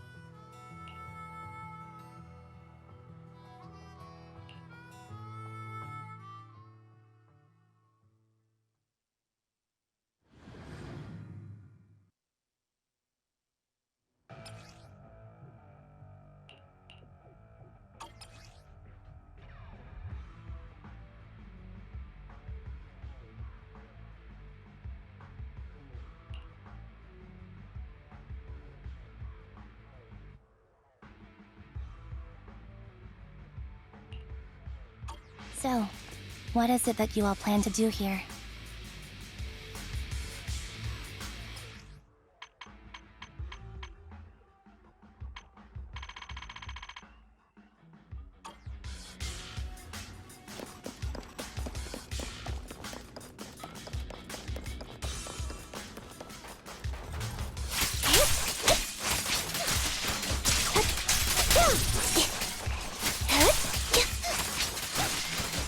Mind the blind spot.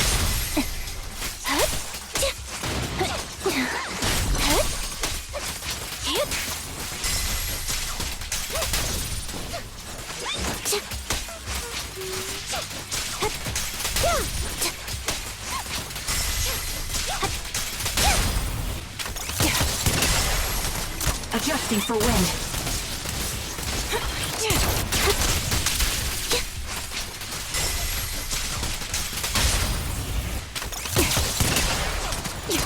Target locked. Support ready.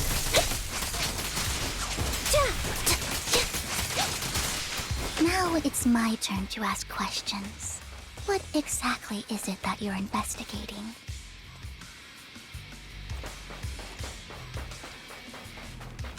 Since you're familiar with the name Silver, then you should know that it shouldn't exist anymore. Off balance. What I'm investigating has something to do with it. My bullets are one with the wind. Flip a switch. Supporting position. Dissolve. Time to pin them down. Show no mercy. The target's weary. Move behind me. Supporting position.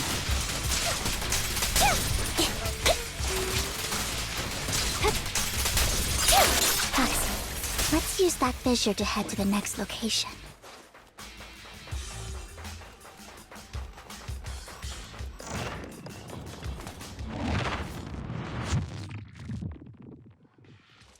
This is the place.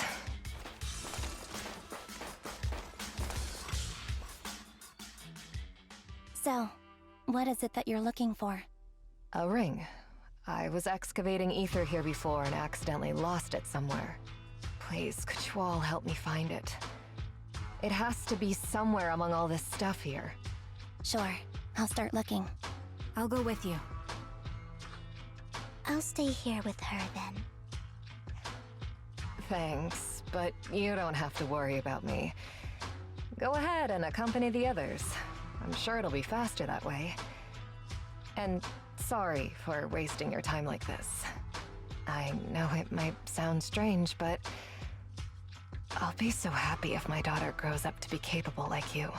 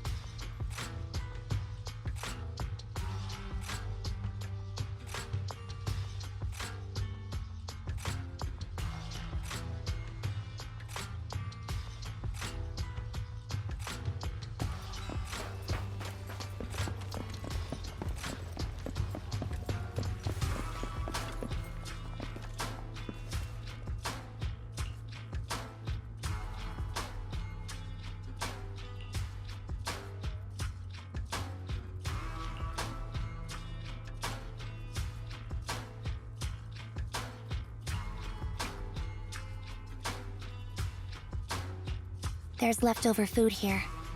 I don't want to imagine what's inside the bag.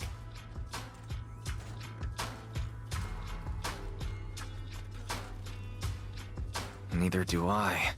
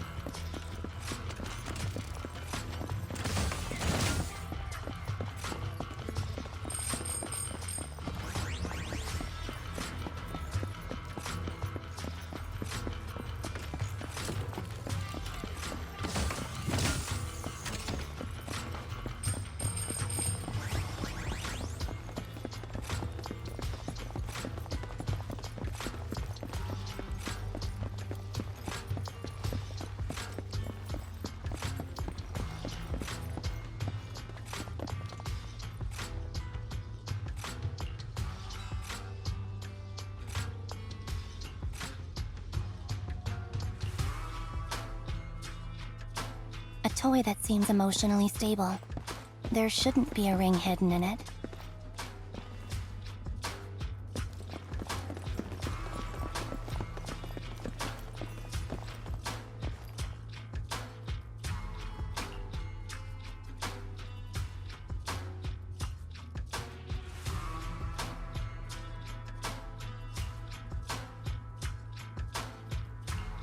It's a fancy lunchbox? I wonder if its owner is safe and sound.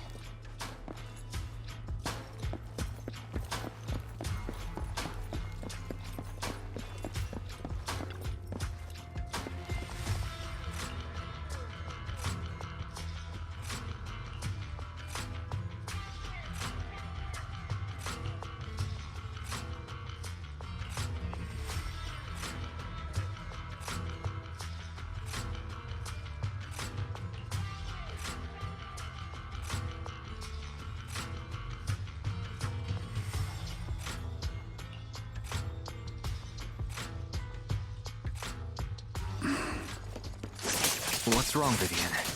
You seem worried for a while now. Right on cue. I'm worried about Sienna. Enemy is ambushing. Her location should still be safe.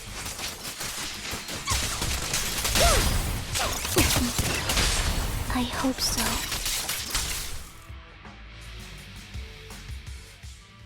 Could the ring be in that gas tank? Good thing this gas tank is empty.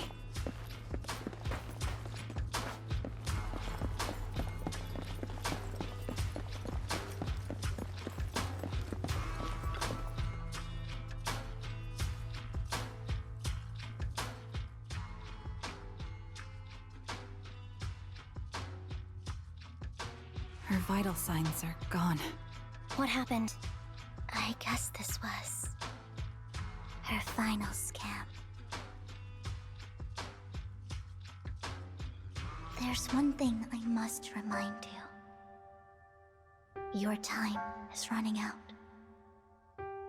I'm not sure how you can tell, but you're right. I'm going to die in here. That's my plan.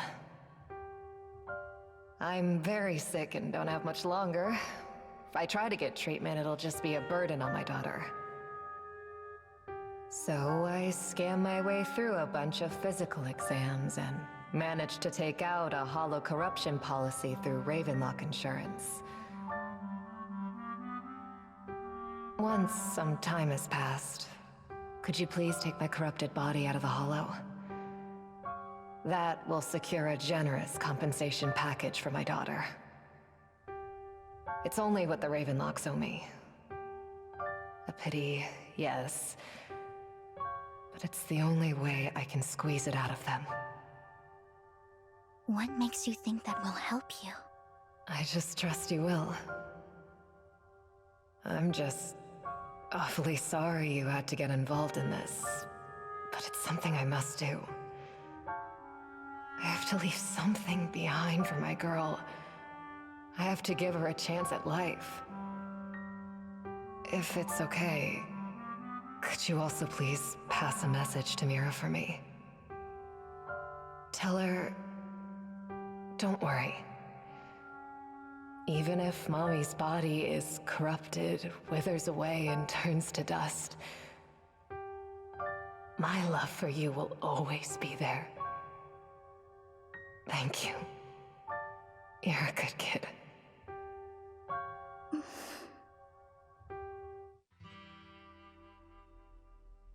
She was betting that we'd help her. So, you were aware of this the whole time? Yes. Because I saw it.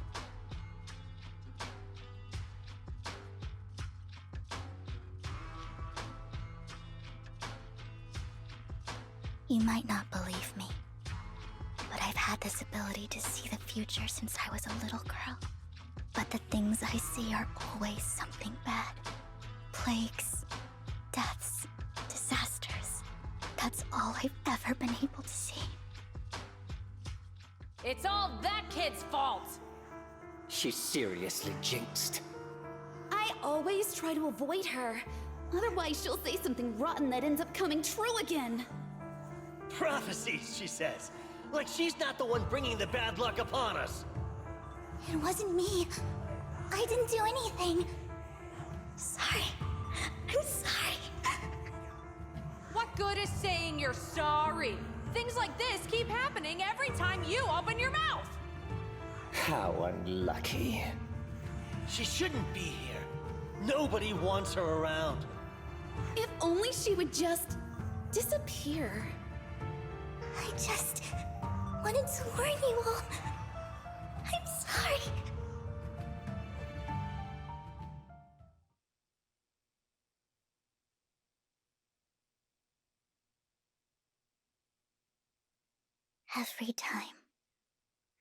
Every time it's the same.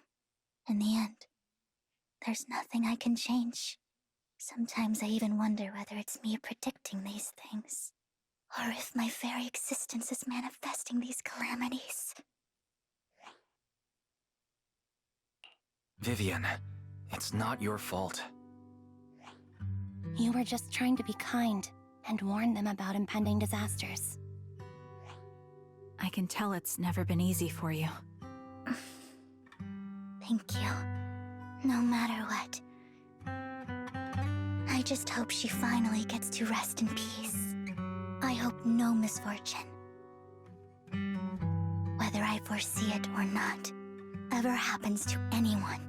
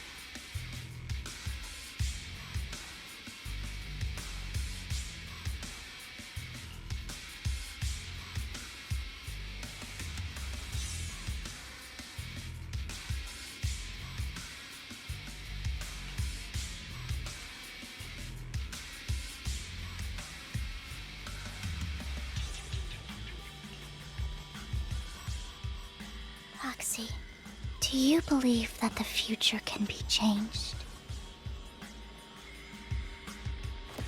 That's quite the sudden question. I think that it can. In my memories, this has happened countless times already. But I only see these misfortunes. Why can't I even have a sliver of happiness?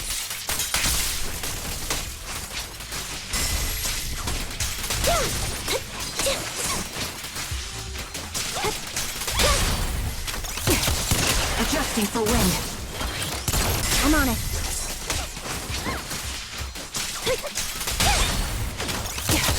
Proxy, the fissure that we're looking for is up ahead.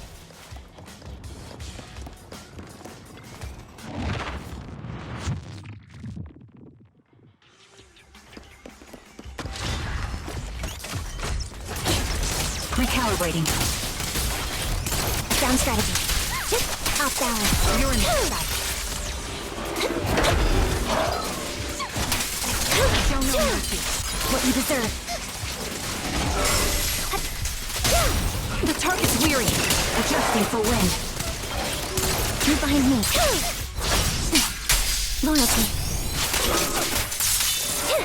I'll pierce right through. Now you hit this bullet.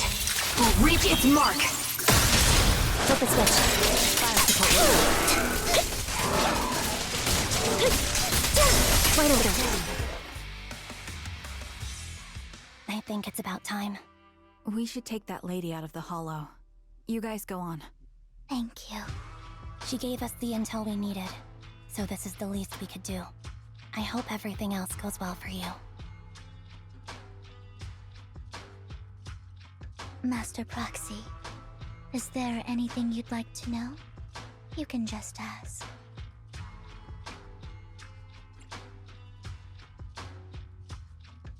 I'm curious about your story, Vivian, but we can talk more once you feel ready. Don't worry, I'm very patient. You're the first person to ever say that to me. I'd be happy to share my story with you. These premonitions I see are not within my control, and they always come to me in a flash, like a flood of images in my mind. Most of the time, I see death, disease, accidents, and disasters. Of course, there are also some non-fatal mutilations. But every time, without exception, they end up happening. And I can never prevent or change them. That's all I have to say about it. If that offends Master Proxy and you don't want to hang out with me anymore, then I can understand. Why would I be offended? That's just who you are, Vivian. Besides, we're friends. I've always considered this ability as a curse.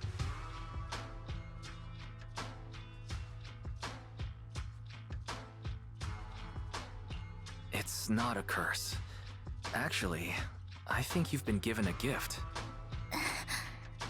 Thank you. Really. Well, it's getting late. Bringer's belongings ought to be around here somewhere. Let's take a closer look into the previous clues. What Bringer left behind is hidden inside a vending machine.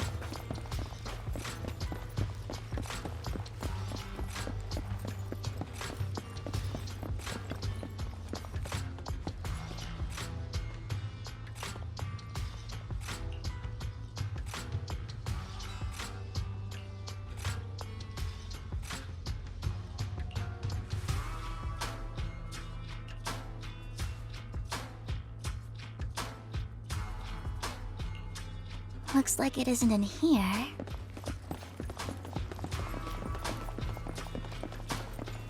Let's try this vending machine. It might be the one we're looking for.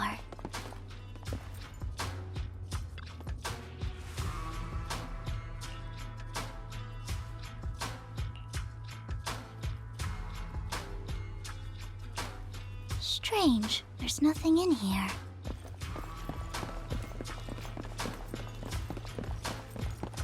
This vending machine looks a little suspicious too.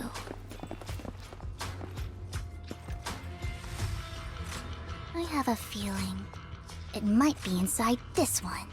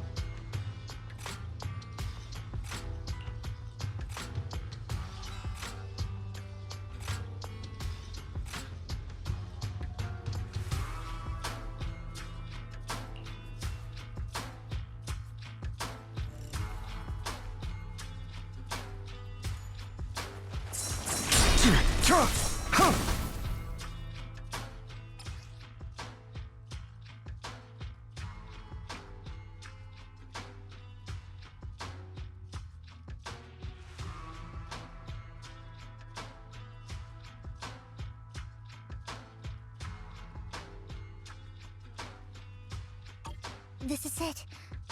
This notebook is what Bringer left behind. But I don't know what these markings on it mean.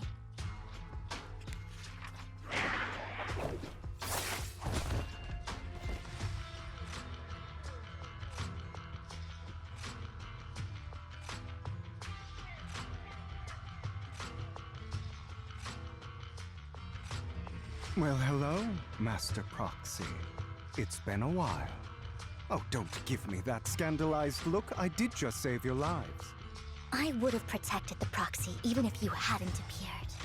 I'm sure of it, but I happen to be in the area. Worry not, dear companion. I have complete confidence in your strength.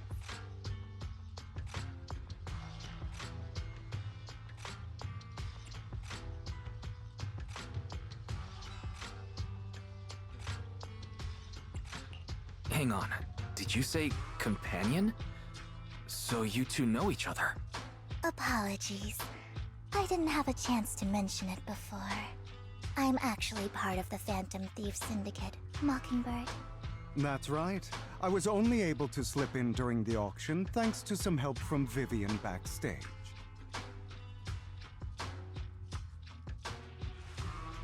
So the whole time you were only bidding on the collections so you could get backstage and tamper with things? I warned you before. You can't rely on appearances. Don't worry, Master Proxy. We don't have any ulterior motives here. As you've probably heard, Mockingbird is a renowned Phantom Thieves syndicate in New Eridu that, despite its longevity, has managed to maintain the secrecy of its members' identities to this day. So, disclosing our identities to you is essentially the highest sign of good faith that a Mockingbird Phantom Thief can show.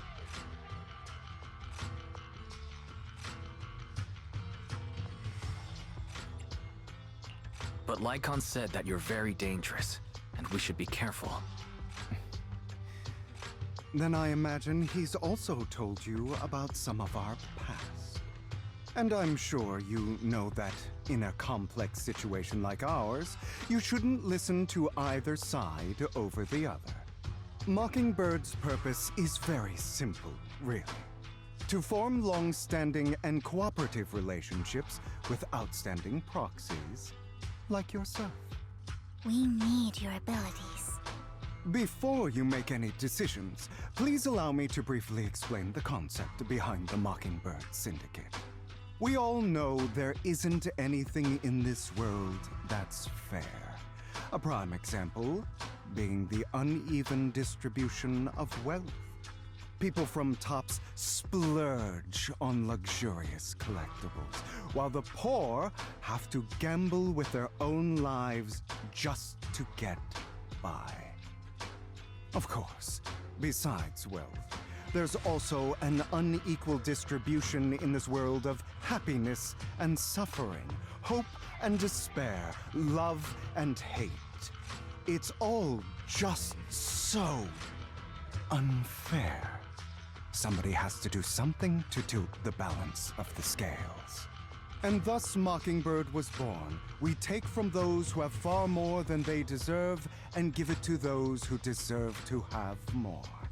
If you ask me, that's enough to be considered a form of justice.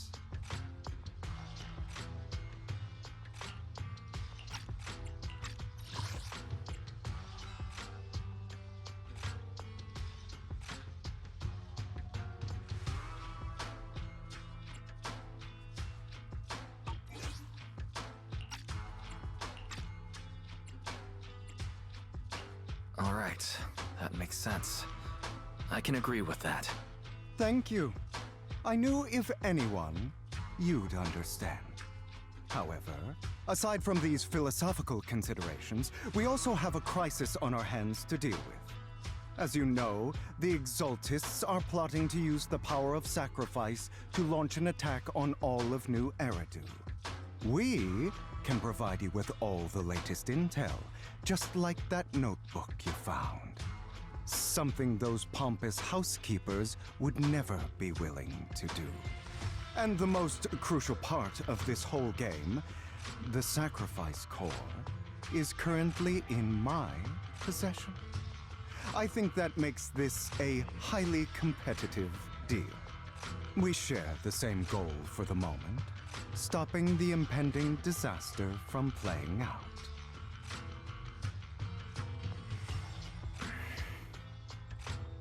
I need some time to think about it. How about this? If you still have misgivings about our upcoming cooperation, then why don't you bring Lycon along with you? He's got the support of the mayor's office behind him, and his presence alone is enough to keep me in check. That would put you more at ease, right? Of course, you're welcome to bring some other friends along, provided they aren't from public security or HSO.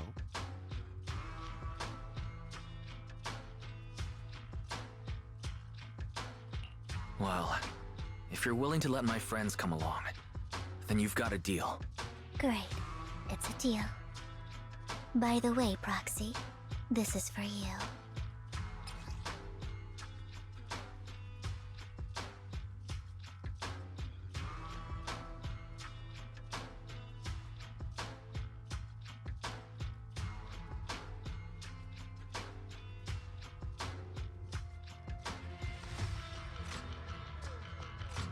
Consider it a souvenir commemorating our first time working together. For now, we'll carefully look through the contents of that notebook. I'll contact you if anything comes up.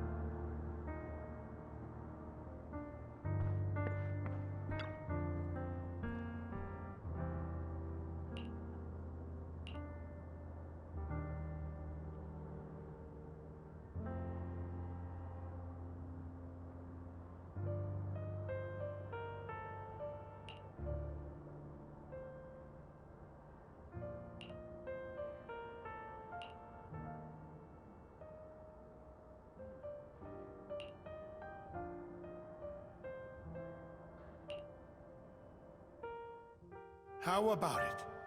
Will you work with me? Correct. Let me be honest with you. I have the sacrifice core that you're after. I am Mockingbird. So it's you.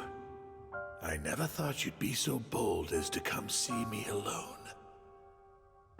Relax, my friend. As you know, if I can sneak into such a heavily guarded auction, then naturally, I can just as easily slip away right now. I'm here with the sincere intention to seek cooperation. I can give you that sacrifice core. And what do you want in return? Wealth, glory, power. The things everyone else in the world wants, I want them too. And I'm confident that as the current heir to the Ravenlock family, those are all things you can give me. Then you've certainly come to the right place. My family is working on a big project. If things come to fruition, Ravenlock's status in Tops will significantly improve. At which point, I'll be sure to leave a spot for you. Naturally, as an outsider, you're precluded from handling any of our core business. But profits from the scraps alone will be enough to set you up for life. Mr. Hartman, I think you've misunderstood me.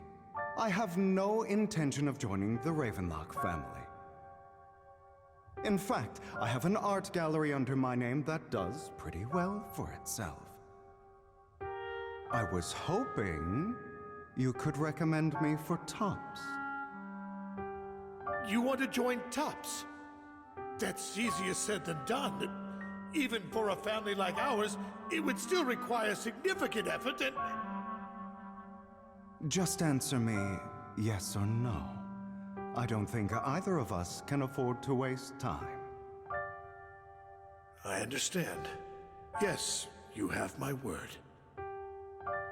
But in exchange, you'll have to give me the sacrifice core first. I'm sorry, but I'm afraid I can't. I've already hidden it somewhere safe, a place nobody else but me knows. You don't want to put all your chips on the table when dealing with Tops. I know that far too well. Then that means I also need to keep an eye out when working with the infamous Mockingbird, right? Mr. Hartman, I should remind you that I stand before you undisguised. Coming from a phantom thief who's never publicly revealed his identity, shouldn't that be sufficient assurance? If I betray you, then you merely need to lift a finger to wipe me from the face of this world. You do make a valid point there. In that case, you have a deal. I appreciate your trust. Why don't we celebrate our new partnership with a toast?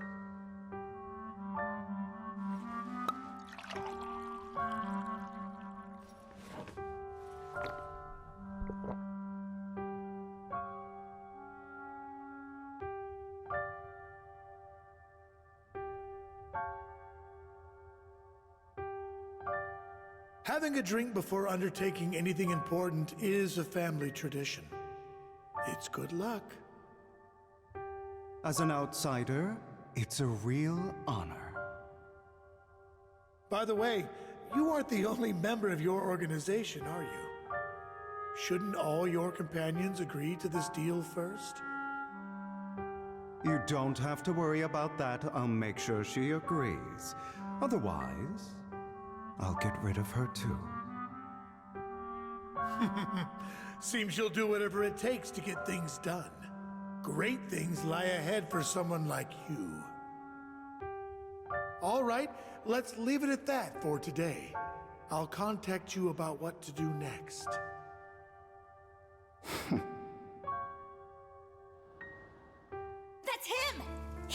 who killed Serena! She was the only one who was ever any good to him, right? That's how he repays her? That's why they say once a mongrel, always a mongrel. Just look into his eyes. Father! We have to punish him! Serena had been ranking ahead of him. Hugo must have poisoned her water so he could pass her. Pure evil. Typical for an impure bloodline. He should have been kicked out ages ago. Hugo, did you do all this? Yes, it was me. I killed her. He admitted it! Father, he must be expelled! He has no right to live under the same roof as us! Why don't we reunite him with Serena then? Nobody would ever know. Hugo, well done. My children, how many times have I told you before? In this world, only the most ruthless, cruel, and unscrupulous of people ever make it to the top.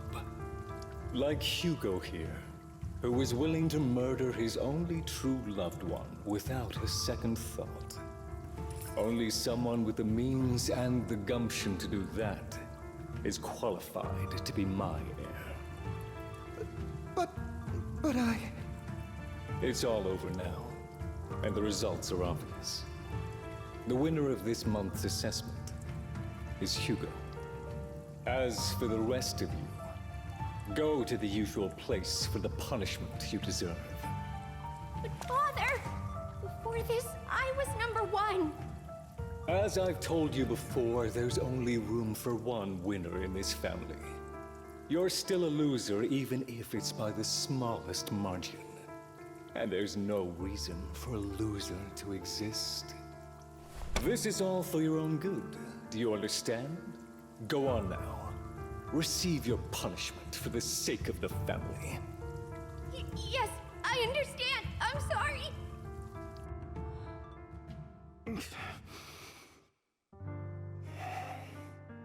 That really brought up some unpleasant memories. It won't be long. Soon, it'll all be over.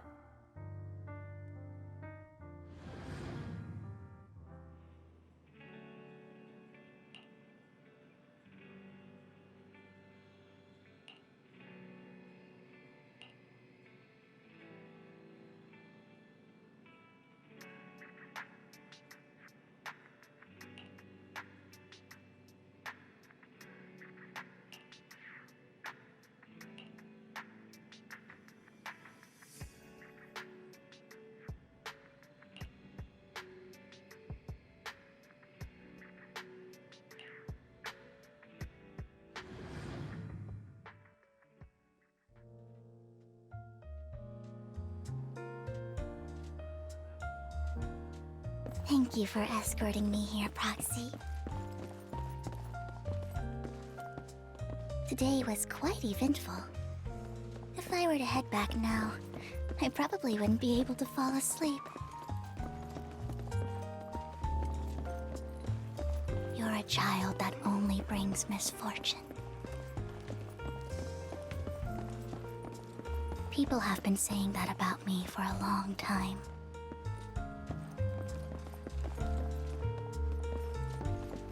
I used to feel hurt and resentful.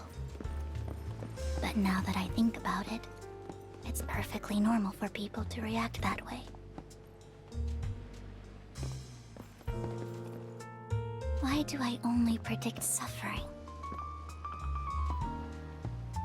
If I could predict happy things, joyful things, would people like me a little more?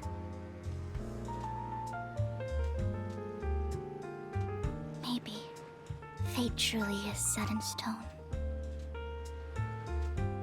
Often, I want to help these people avoid their miserable fates.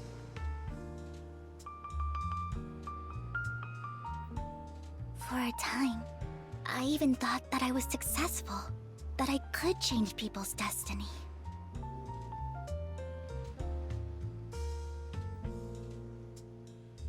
But it was all an illusion. In the end, I couldn't do anything at all.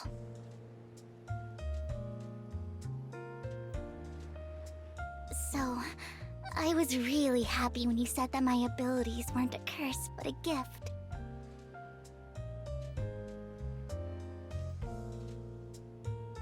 Thank you, Proxy. I'm so glad to have met you. And you're also a fan of Lord Phaethon. It's like we were fated to meet.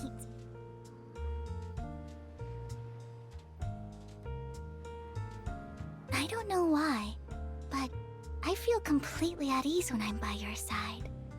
I feel like I'm free from judgment, from blame.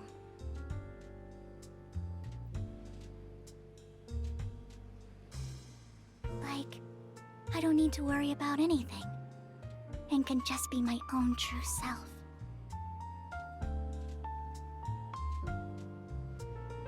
Perhaps people really do possess an aura, and ours just so happen to be extremely compatible.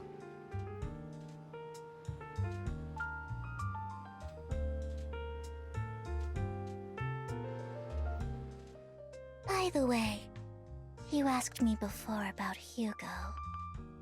I don't really know much about him. He rarely ever talks about his past. But judging from his eye colors, you can guess he's probably the bastard son of a renowned family. I think his mother was very worried about his different colored eyes, and even wanted to get rid of him at one point. But then his family offered a huge price and bought him off his mother for some reason. And just like that, he moved from a leaky and drafty boarding room to a luxurious mansion. But he's also mentioned that the extravagant home is actually like hell for him. I think it's probably because the family treats him terribly. I digress. He ran away and ended up meeting Lycon and his master.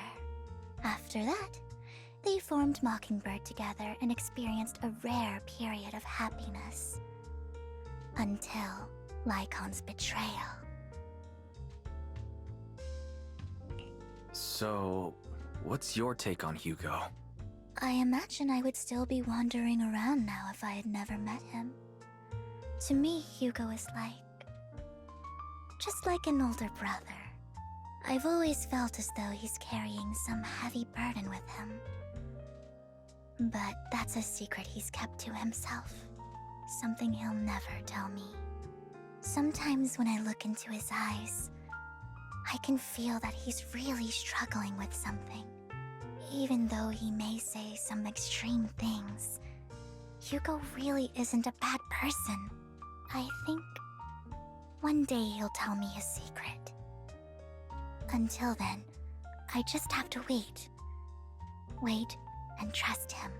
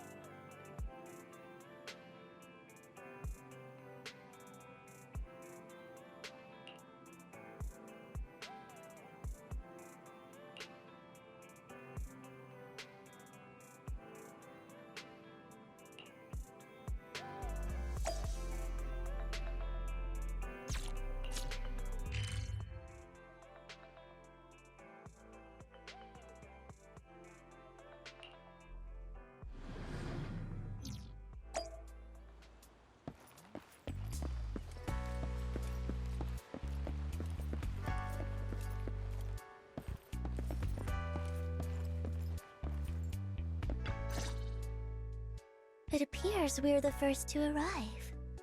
I thought we were running late.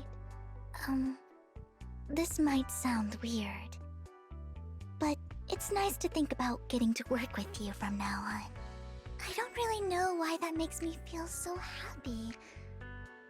Oh, it's because we're fellow fans! Anyone who likes Lord Phaethon can't be a bad guy. You're right. Of course, Lord Phaethon is the greatest there will ever be, but you're definitely the best proxy I've ever met in person. Hugo told me before that you're really skilled, and he said we'd get along great. I never expected he'd be so right. Oh, by the way, would you like to come by my place if you have time later? I have a huge collection of Lord Phaethon merch. Phaethon, Lord Phaethon doesn't have any merch out there, right? I mean, we don't even know what he looks like, for starters. It's all my own original merch, like screenshots of old internet comments. I print them out and turn them into postcards. Plus the avatars Lord Phaethon's used, the music playlists they recommend. I've organized it all. I'd love to show it all to you if we get the chance.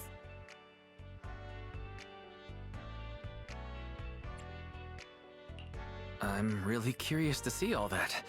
Please be sure to show me. Splendid! Let's book a time and you can come by my place and see all my Lord Phaethon merch! Speaking of which, what's taking those two so long? Hugo said he had some preparations to do before entering the Hollow. I wonder how that's coming along.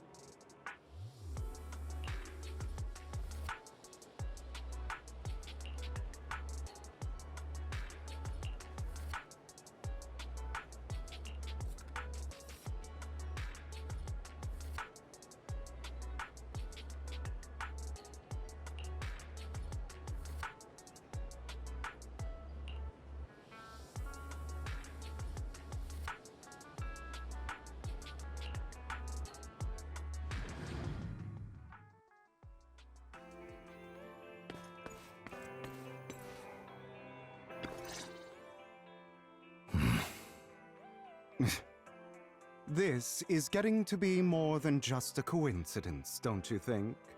Or perhaps you are actually stalking me. If I was stalking you, you wouldn't ever know. Overconfident as always. You haven't changed at all. We just make it a habit to check the state of our weapons prior to combat. Thanks for that little reminder. I almost forgot. I didn't expect you to let me join. What else could I do? Master Proxy would have insisted on having you join us. I never expected for us to have a chance to enjoy some pleasant conversation like this. Without our weapons drawn, that is. It really has been too long. I still remember when we first established Mockingbird. Indeed. That was a long time ago. Thankfully, Jack went in peace. He must have known about his condition for some time. He even left us with instructions. Passing peacefully in your sleep is the most natural way to go. I'm happy for him. By the way, Lycon, have you given it any thought yet? You mean about our guild for Phantom Thieves? Yeah. It's time for us to build an organization of our own. Jack always supported the idea, didn't he? I don't have any objections. But what should we call it then? How about Mockingbird? It's a bird known for mimicking the calls of others to blend in. The same way we don high society roles for ourselves when we're out on a mission. Oh, oops. I nearly forgot. You're a terrible actor, and you're always flubbing your lines. I guess we can rule out that name, then. No, call it Mockingbird. We're always just putting on an act, aren't we? I won't slip up on our next mission. Besides, we still ran missions together even when we didn't have a name. Having one now won't really make a difference. No. It does make a difference, Lycon. And I don't just want a name. I want Mockingbird to become a symbol, like the sword of Damocles hanging over everyone's heads, striking fear into the hearts of the rich and cruel whenever they hear the name. Just like Jack used to say, this world isn't fair. So that's why we have to influence it however we can, and change things in our own way. But on the basis of not causing harm to other people's lives. That's also what Jack used to say. You remember, don't you? Of course I remember. All right, I promise. That sounded pretty forced. Don't forget, things don't end well for people who break their oaths. I'm good for my word. You must trust your fellow companions. That's also something Jack would say. Well then, today's the day that Mockingbird will officially start flying. Our first order of business, deciding on our symbol.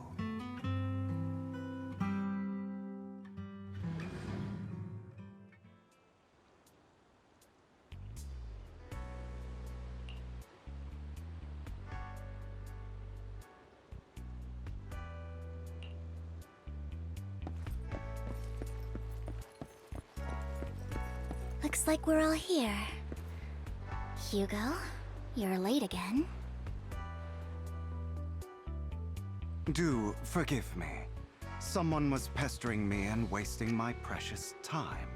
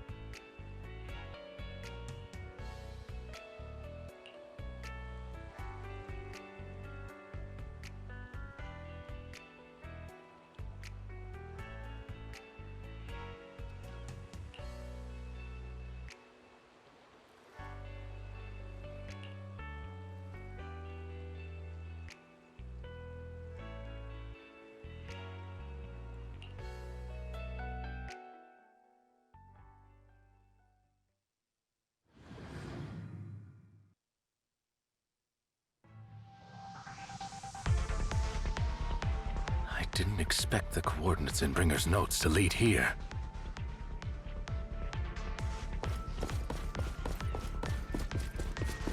Oh, are you familiar with this place? More familiar than you, it seems. Action. If they're being too noisy, can I take action?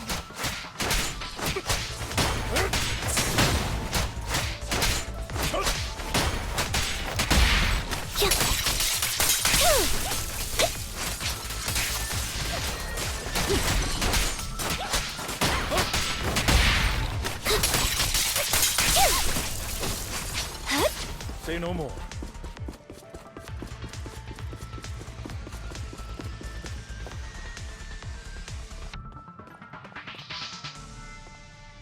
I don't enjoy obstacles in my path. Can we not bust the door open? You can try. Master Proxy, we need to find a power source to activate the door.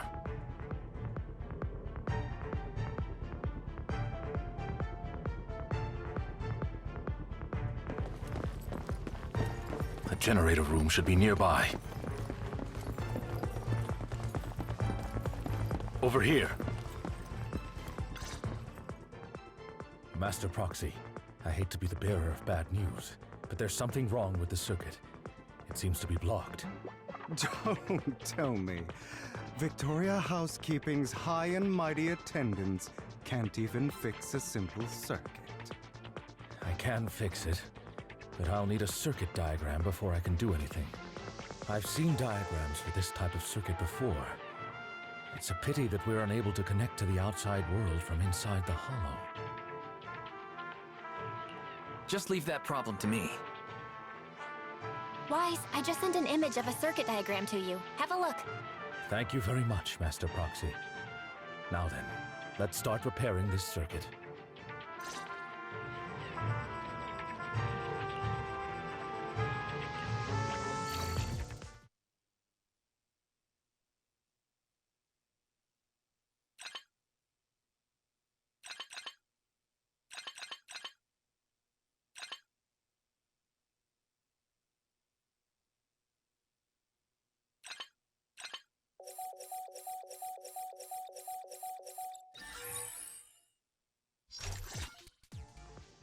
The circuit is fixed. We should now be able to open that door. Wait up. Wait a second. Something just doesn't add up. It's all coming together now. Communicating with the outside world from within a hollow. And getting that circuit diagram. In theory, there's only one person who could ever do that. Could it be your Lord Phaethon? Impossible. There's no way.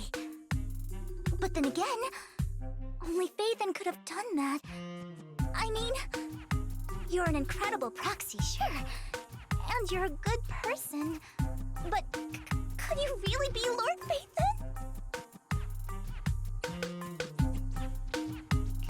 That's me. I'm Phaethon. Sorry, I just never had the opportunity to tell you. Unbelievable. Lord Phaethon! I've been your biggest fan for years now! Goodness me, Lord Phaethon was right in front of me all along, and I had no idea. This is like a dream. Could you... I mean, if you're willing, could you please give me an autograph and a group photo and... Anything you want, but let's get out of the hollow first, all right? Oh, okay. Sorry, guess I got a little too excited. Anyone would be enraptured meeting someone they admire that much. Yeah, if I ever met my favorite movie director, I'd be the same. We should keep moving. This isn't the best place for idle chit-chat.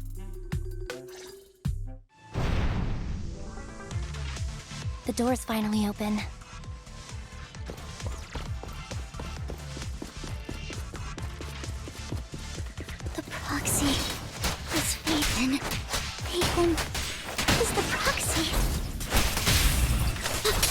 is a dream. I never want to wake up. In position.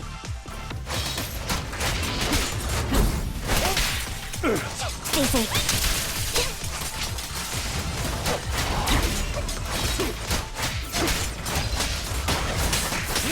The fissure over there should lead to our destination.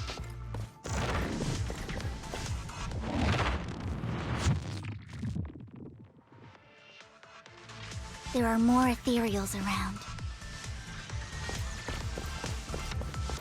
Please be careful, Lord Phaethon.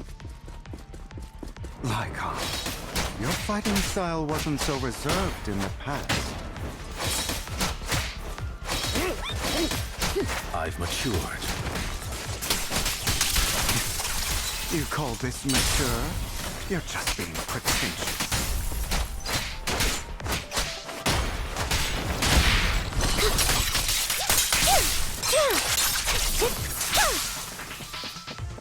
Understood. A difficult foe, that one. Let us leave this place at once. Ensuring Master Proxy's safety is our highest priority. Take this. I won't let anything happen to you, Lord Phaethon.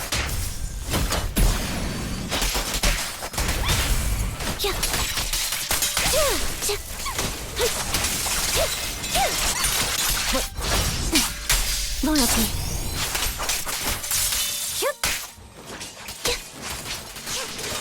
Say no more.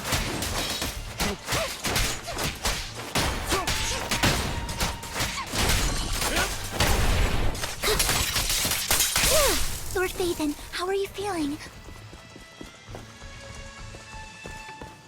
Are you tired? Do you need a break? Some food? Water?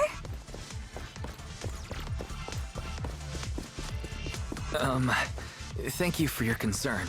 I'm fine.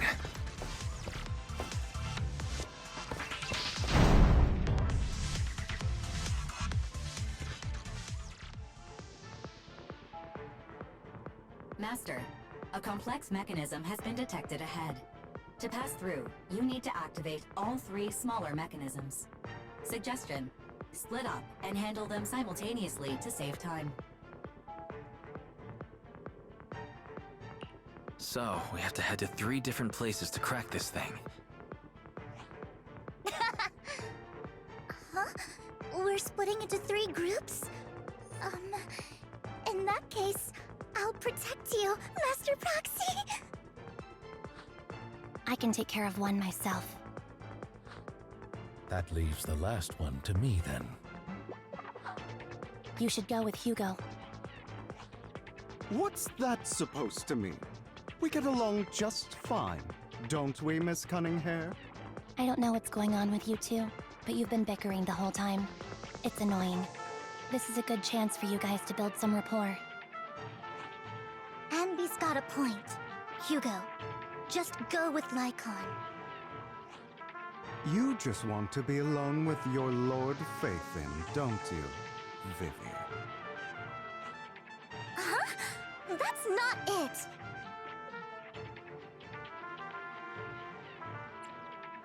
Maybe we should go over it all again. You know, just in case anyone's not fully on board. There's no need, Master Proxy. Our top priority right now is to crack the mechanisms as soon as possible.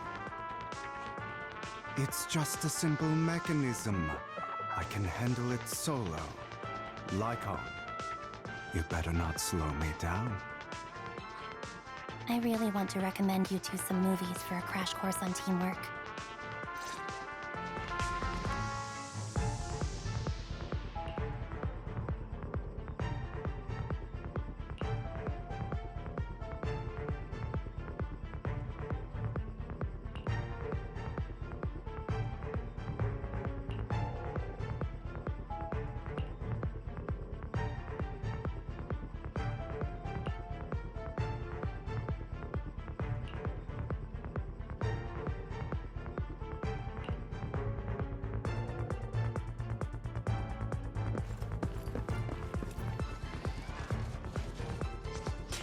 Lord Phaethon, there are too many ethereals here.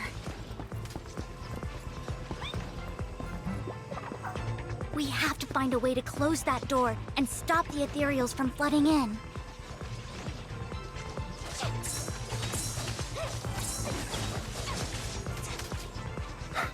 Leave it to me. I feel incredibly strong right now.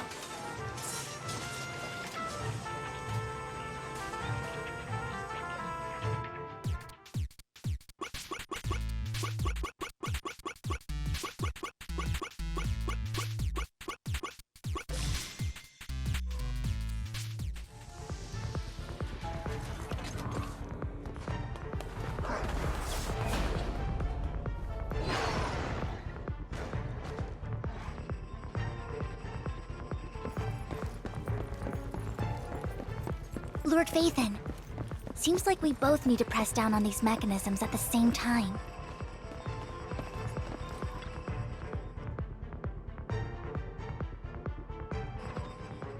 Sure enough, Lord Phaethon and I share a deeper connection.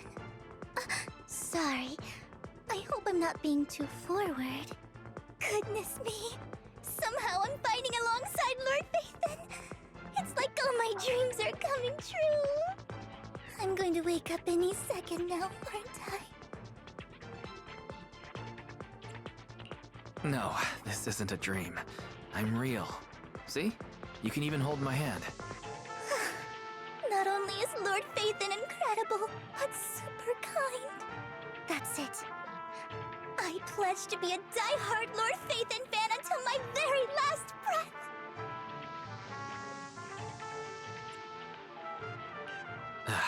I'm happy to hear that. Don't get me wrong, but why do you like Phaethon so much, Vivian? Lord Phaethon is my light.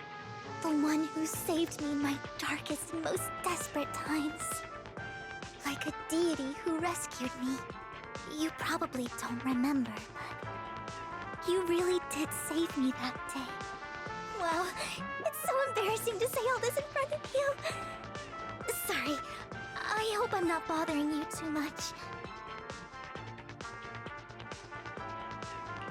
No, you're not a bother at all.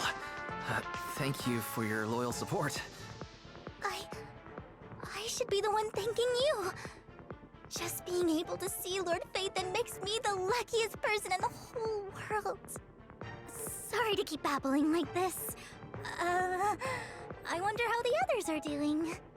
I'm sure Anby will be able to manage. She's great at this kind of stuff. But as for Hugo and Lycon, let's just hope they don't get into a fight with each other. There are too many ethereals here. Though, it's not a huge problem.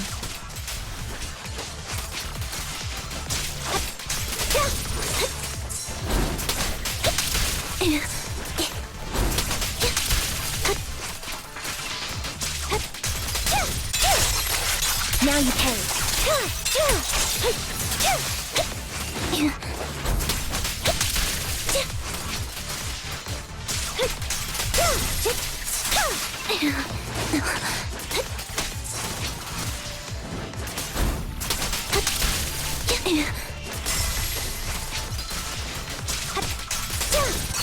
Off balance.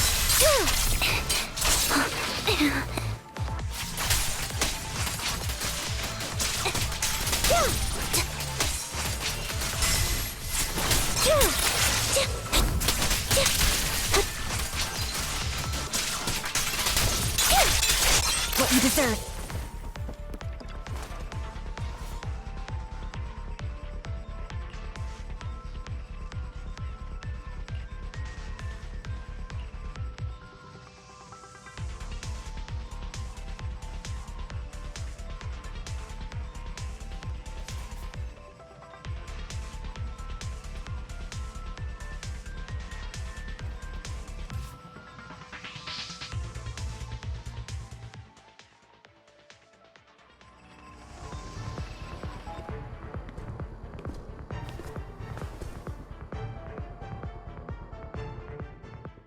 So, we have to cooperate to solve this problem.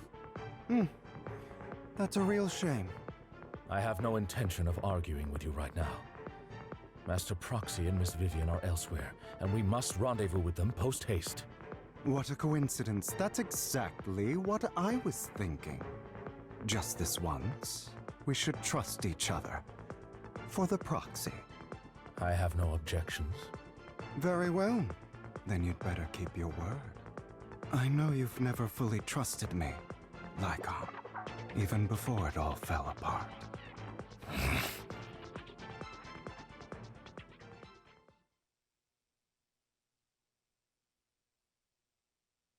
You wanted to speak to me alone?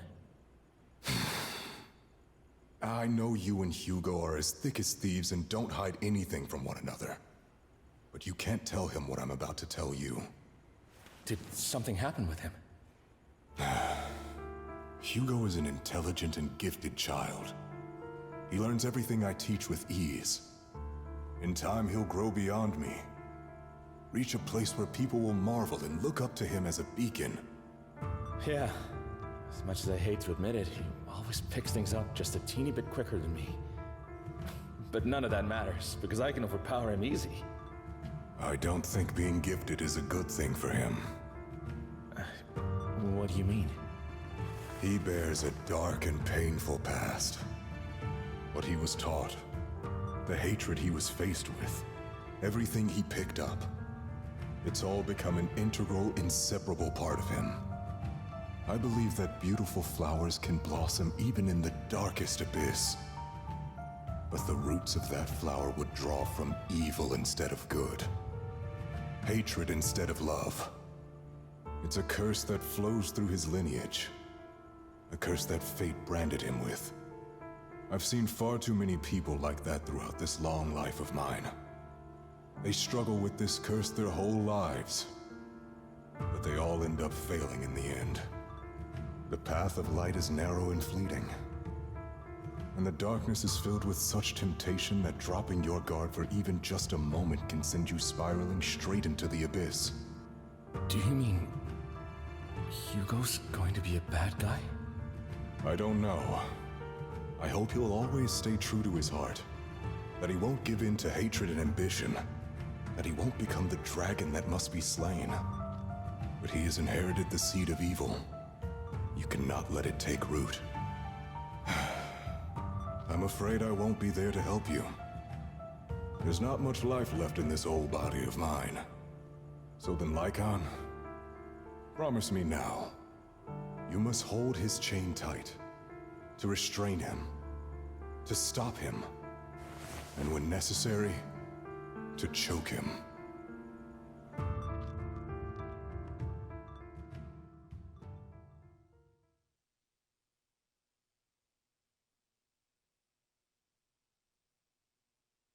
You've become slow. Or maybe you've been on guard against me this whole time, and that's what's slowing you down. Looks like I was right. Lycon, I hope you're aware that the one who betrayed Mockingbird and went to work for the Mayflowers was you. Not me.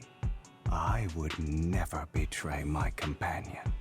I don't wish to repeat myself, but you should not break our oath. That's the path I've chosen, and I'm going to stick to it.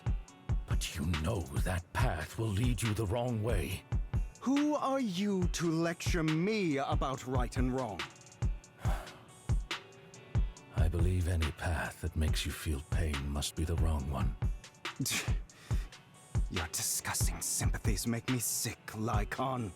There's only ever been one person who can kill me or save me, and that is me.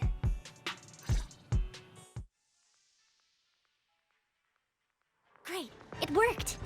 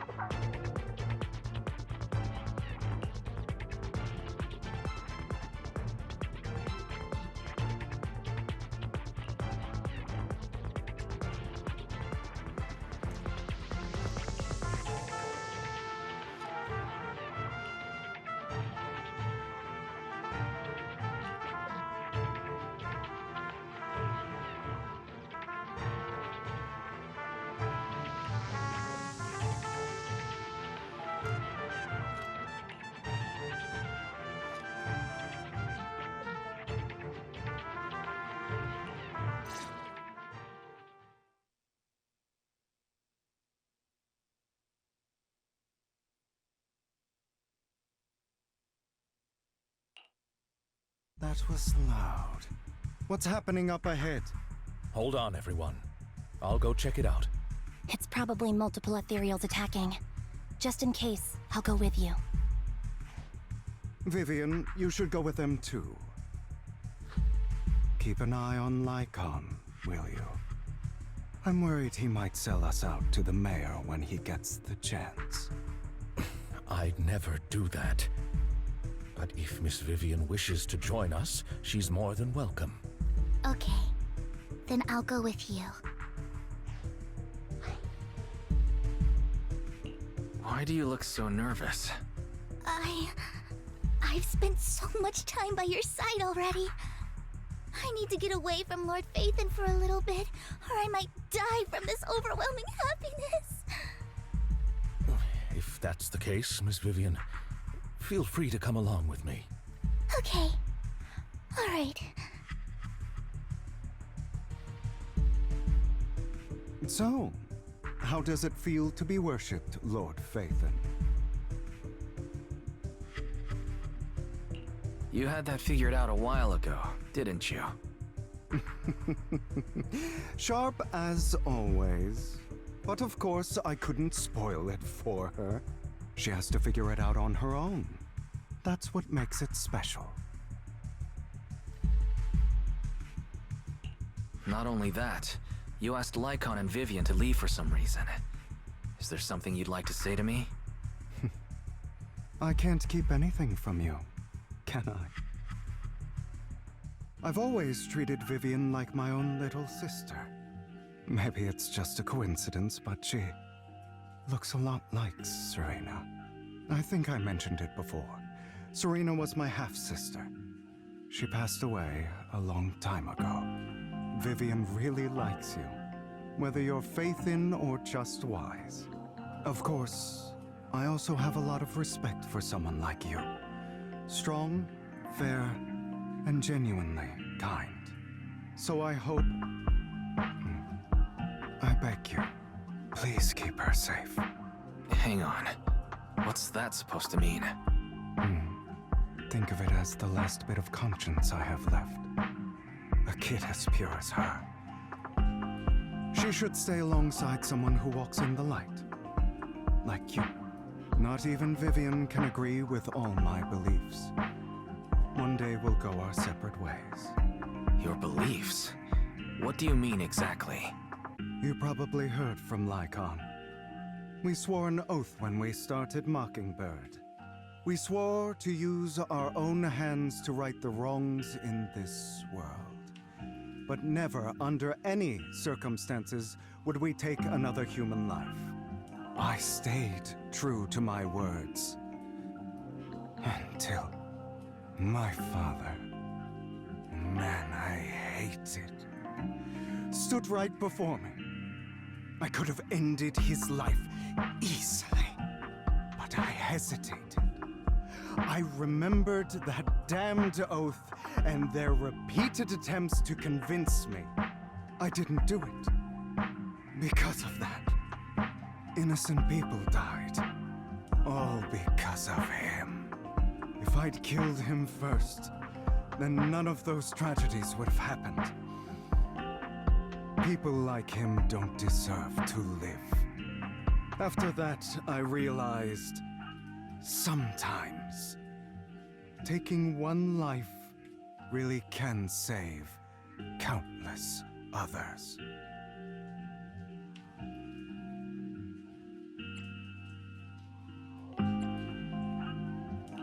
I understand where you're coming from. I knew you'd understand. Vivian has a good heart. I don't want her to get her hands dirty. But you know how it is. In this world, someone has to be the bad guy. So, I want to apologize to you. Why apologize all of a sudden? You're incredibly strong, kind, capable, and really, really lucky. The world needs more people like you. Remember that revenge movie I told you about, Children of Devils? I still haven't found it, but I came across another videotape with the same name. Turns out, in that story, the children of devils are actually the children of gods.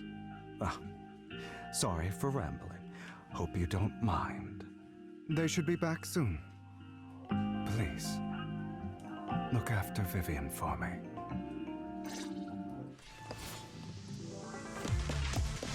Understood.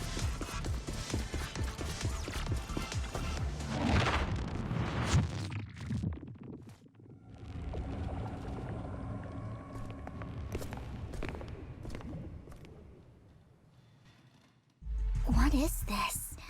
It looks like a cocoon. Careful, everyone. If I'm not mistaken, that's a sacrifice in there. It appears to be in hibernation. We don't know when it'll wake up. If it does wake up, we'll be in serious trouble. Wait, those spots Bringer marked in his notebook. Are you saying each one might have a sacrifice like this? That means there must be at least a dozen of them. And that's only counting the ones we know so far. These sacrifices may still be hibernating, but the fact that there are so many of them out there is terrifying. The Exaltists must have a way to revive them. And that's not all. These sacrifices can exist outside the Hollows. If they make their way into populated areas, I'm afraid it will lead to a catastrophic disaster likened to the fall of the old capital. That's almost certainly what they meant by vengeance against all New Eridu.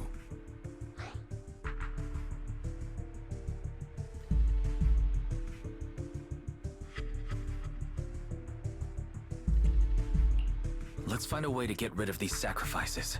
We can't let the Exaltists have them.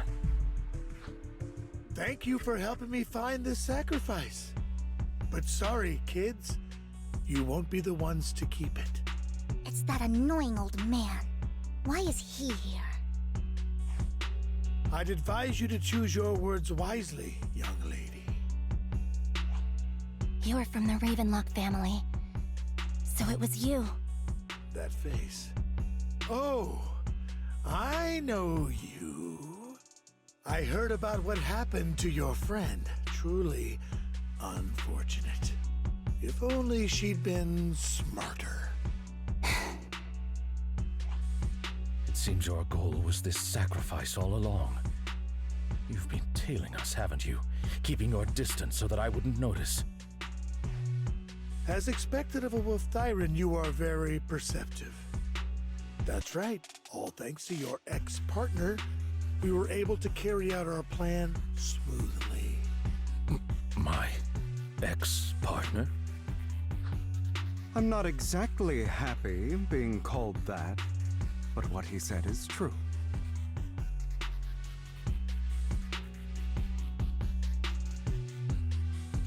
Wait, Hugo, what do you mean? I made a deal with Mr. Hartman in advance. So, would you kindly step aside and let us have this sacrifice? Of course, you can choose to refuse, but if you do, then I'll have to take coercive measures. What did you offer him? Everything we know about the sacrifices plus the core itself. But why? It's simple. I want to climb higher. Mr. Hartman offered me a chance to join Tops. Who could say no to that?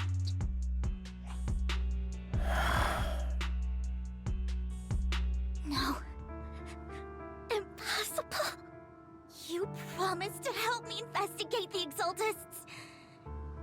You told me the whole point of Mockingbird was to do anything it takes to bring a little justice to this world. Was all of that just a lie? You're just too gullible, Vivian. I also told you, everybody lies. To hide their true intentions, people lie so smoothly, they don't even bat an eye. You...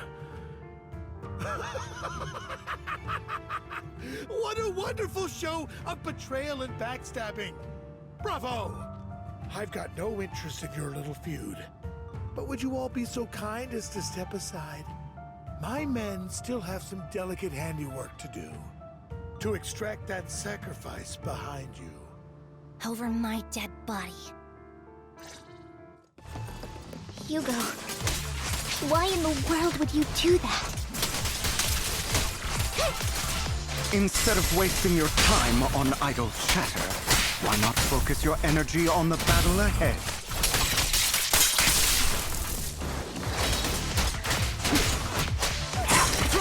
Your plans will never succeed. It's useless. Don't you get it? Be calm now. You're not just going against the people in front of you. You're not going against me. Clear up! Rather, the entire Ravenlock family, even the whole of Tops. There's no chance of victory for you. What you deserve.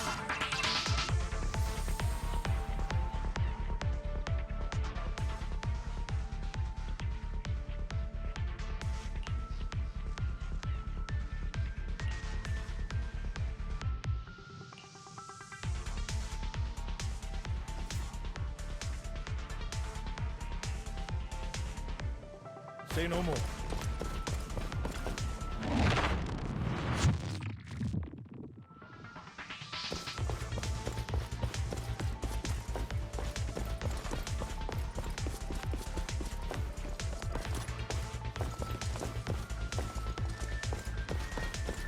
Hugo, don't make a choice you'll regret.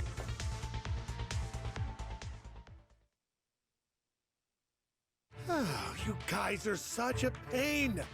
Hugo, stop standing around. Time for you to act. We had a deal. Give me the sacrifice core now. Did we? I don't remember. I imagine this is your favorite kind of entertainment. Watching allies betray each other, suspicion festering until it all turns to bitter hatred.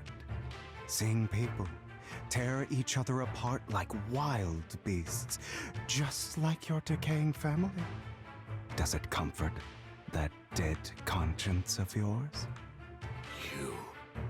What's that supposed to mean?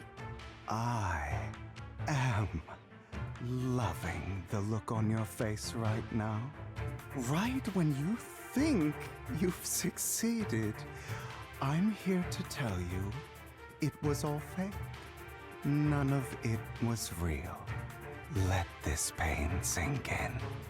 It's karma for what you did to me back then. You're insane. I have no idea what you're talking about. You still don't recognize me, do you? Let me give you a little hint. My full name is Hugo Vlad Ravenlock. That's impossible. You're part of our family? I may be an illegitimate child, but I have the same blood flowing in my veins as you. I know you. You're that bastard of his. Damn it. I could have sworn you were already. My dear uncle, you were never worthy of your position. You have no claim to the Ravenlock lineage. You may have killed all of my father's other children, but sorry to disappoint, I'm still alive. I am the true heir to the Ravenlock family. You're a bastard. You have no right to inherit the family. That's not for you to decide. Master Edmund is very supportive of my claim. Edmund? That's impossible. You weaseled your way into Top's inner circle? Master Edmund doesn't care who achieves his goal. In other words, He'd happily let me take over the Ravenlock family, as long as I'm more competent than you.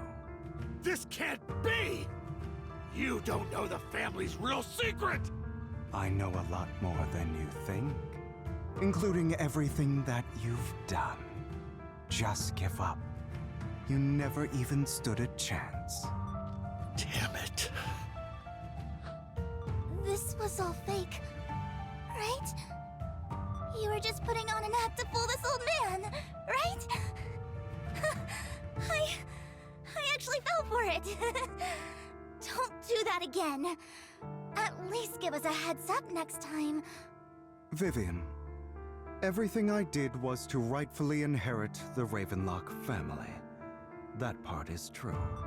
Now, I'm going to kill this man who stole what was never his. I'll make sure he can never be a threat again. You can't kill him. We still need information from him on the sacrifices and the Exaltists. You must be misunderstanding something, Lycon. Just like you chose the mayor, I chose Tops. At least for now, Tops has the same interests as me. I'm not going to harm my own self-interests. Be it intel on the sacrifices or the core itself. I'm handing everything over to Master Edmund. Why? I just want to take back what's mine. If fate is not willing to give me justice, then I'll just have to seize it with my own hands. Stealing, robbing, lying, or betraying. I'll do whatever it takes. Even if it means selling your soul to the devil? You know about the power struggle between Tops and City Hall. Those elites at Tops would be only too happy to see the Exaltists plotting a grand attack on New Eridu using sacrifices. That would severely harm the Mayflower's reputation and approval rating in New Eridu. And that's exactly what Tops wants to see. If that happens, countless people will die! I'm sorry it has to be this way, but I have to do this. I'm going to get everything Master Edmund wants. Inherit the Ravenlock name, climb to the top. And then I'll be able to change everything for good. For a permanent and absolute victory. We must endure the pain of cutting away rotten flesh. And persevere through the darkest hour before dawn. Someone has to do it.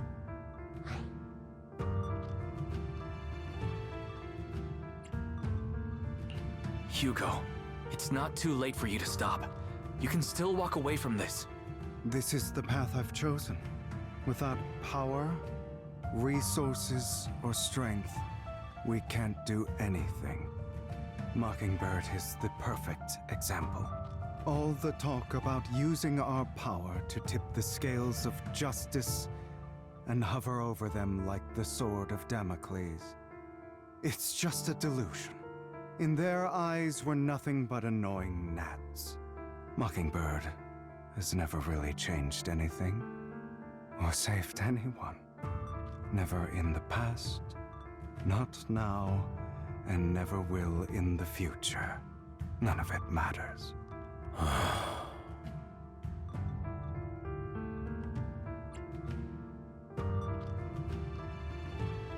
I understand your feelings, but don't be consumed by it. Sorry, Proxy. I know what you're trying to say. But this isn't some children's story of a dragon slayer becoming an evil dragon. Sometimes, to slay the dragon, you must first become one. With sharp claws, rending fangs, and strength enough to destroy anything. So I will bloody my hands. I will carry the weight of my sins. I will become the abyss.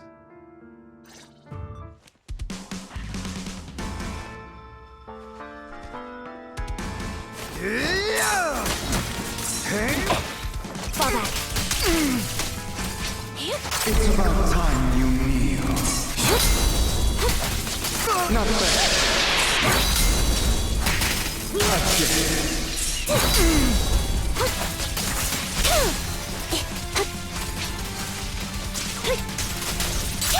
Trying to run, are we?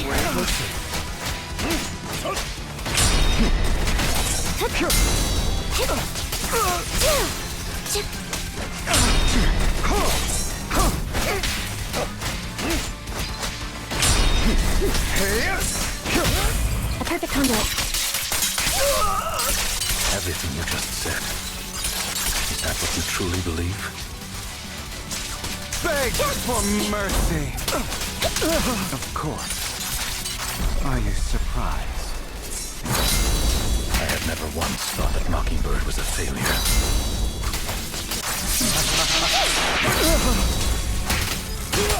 Our actions, no matter how childish or flawed, I don't want it to end like this. There must be another way. A perfect conduit. There isn't. This is the fun. Truth be told, Proxy. I envy you. The world needs people like you.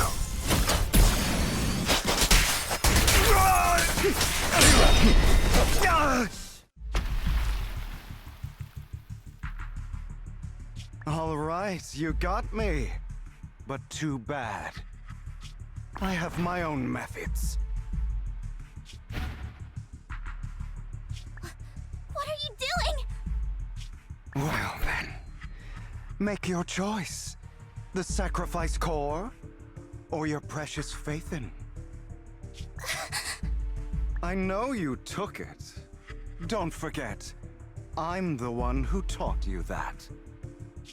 Okay, the core is yours. Just leave Lord Faithin alone. What a shame. Did you really think I'd keep my promise? That's right. This is the real me. What's the matter? Thinking of killing me? Didn't you say all life is precious? Drop your foolish facade. I knew it. You... He has inherited the seed of evil. Do not let it take root. When the time comes, you must be the one.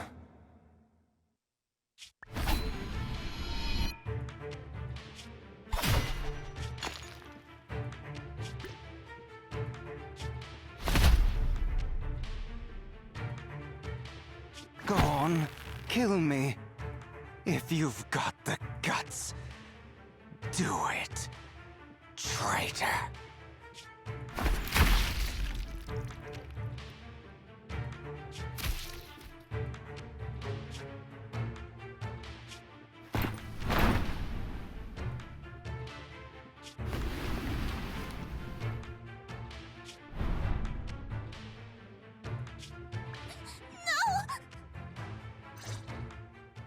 Master Proxy, are you okay?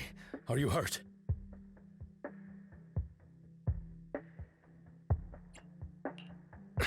Don't worry. I'm fine. I just didn't expect things to turn out like this. Lord Faithin, I'm sorry. I had no idea Hugo would do that to you. I'm so sorry.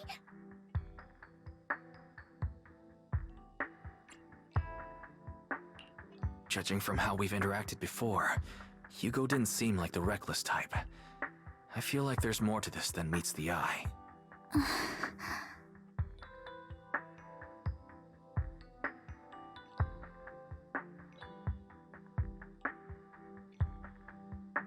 Hugo, he...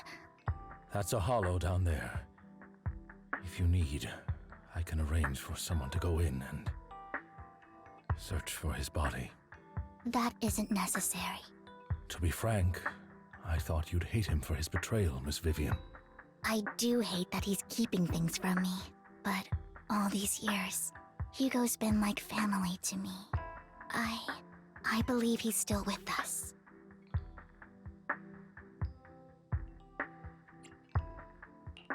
I feel the same. It's possible he's still alive. I'm terribly sorry, but I must tell you, it is impossible for Hugo to be alive. My hand went through his heart. Sorry to interrupt, everyone. But just so you know, Hartman's gone. Probably slipped away during all the chaos. I'm sorry, I was so focused on Master Proxy's safety. I wasn't paying attention to him. Same, but it doesn't matter. We all know what he did. And he will pay for what he did today. Yes. I'll be reporting all of this to the mayor. He's not getting away with this. Well then, now that it's all over, let's head back.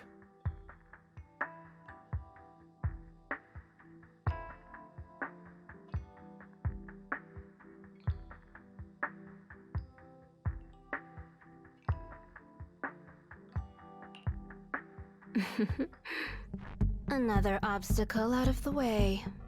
She's going to be pleased about this. May the Creator guide us. Fear, suffering, despair, and destruction.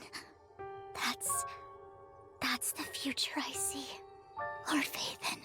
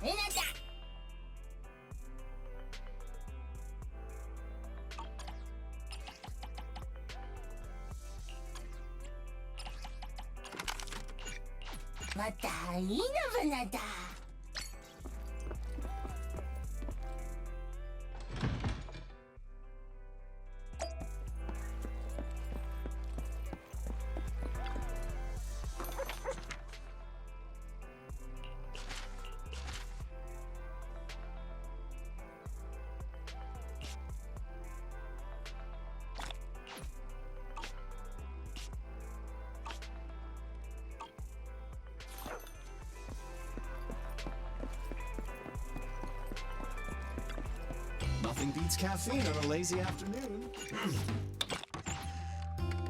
Sometimes, stopping to take a break can help you go further.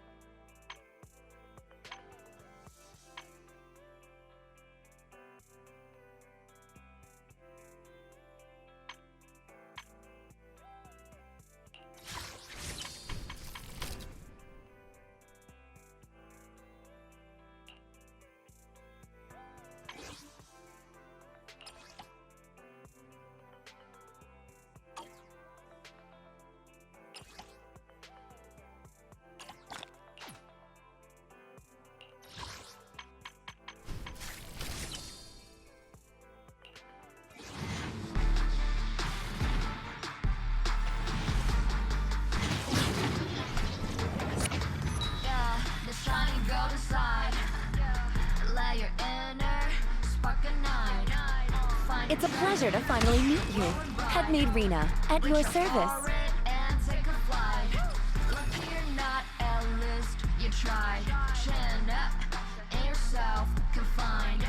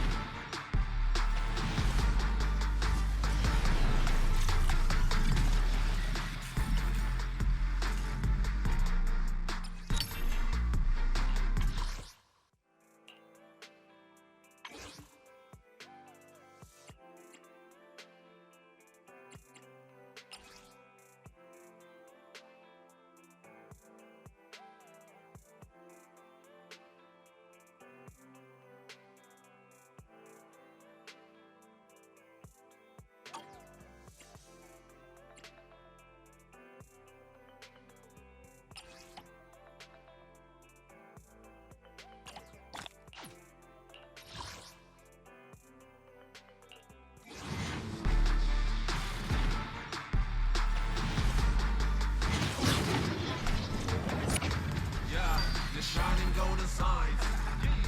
That you need sparking nine. Fat and dragon, glowing bright. Reach a goal, take a flight. Lock it up now and try. Chain up in yourself, confined. No doubt on your side. You're chosen, so enjoy the ride. There are things. Huh? わたんな。ティングな。わたわた。わたら。わたん。わた。みんなな。わたんな。どんどんわな。どんどんどんどんだ。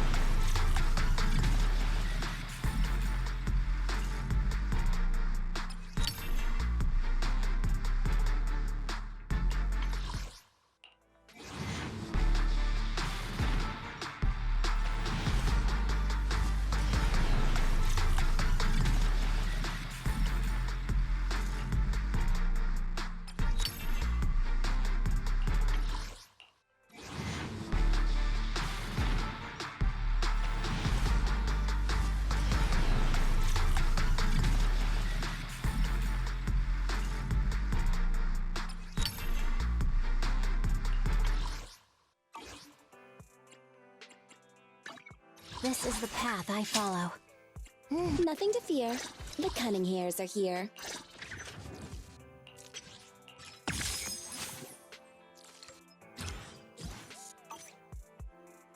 Need something? Handmade Rena, at your service.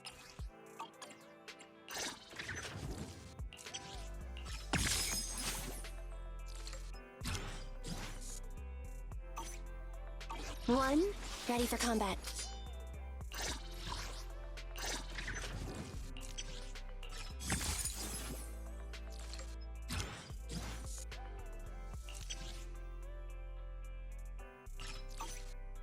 Standing by. If you need help, call me anytime.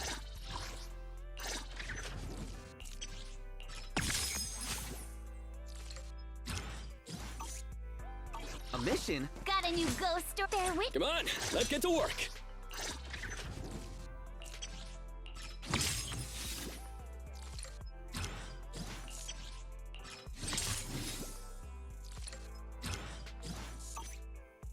It's our turn, bro. Did you need? This is the path. I eradicate all. Sokaku, ready!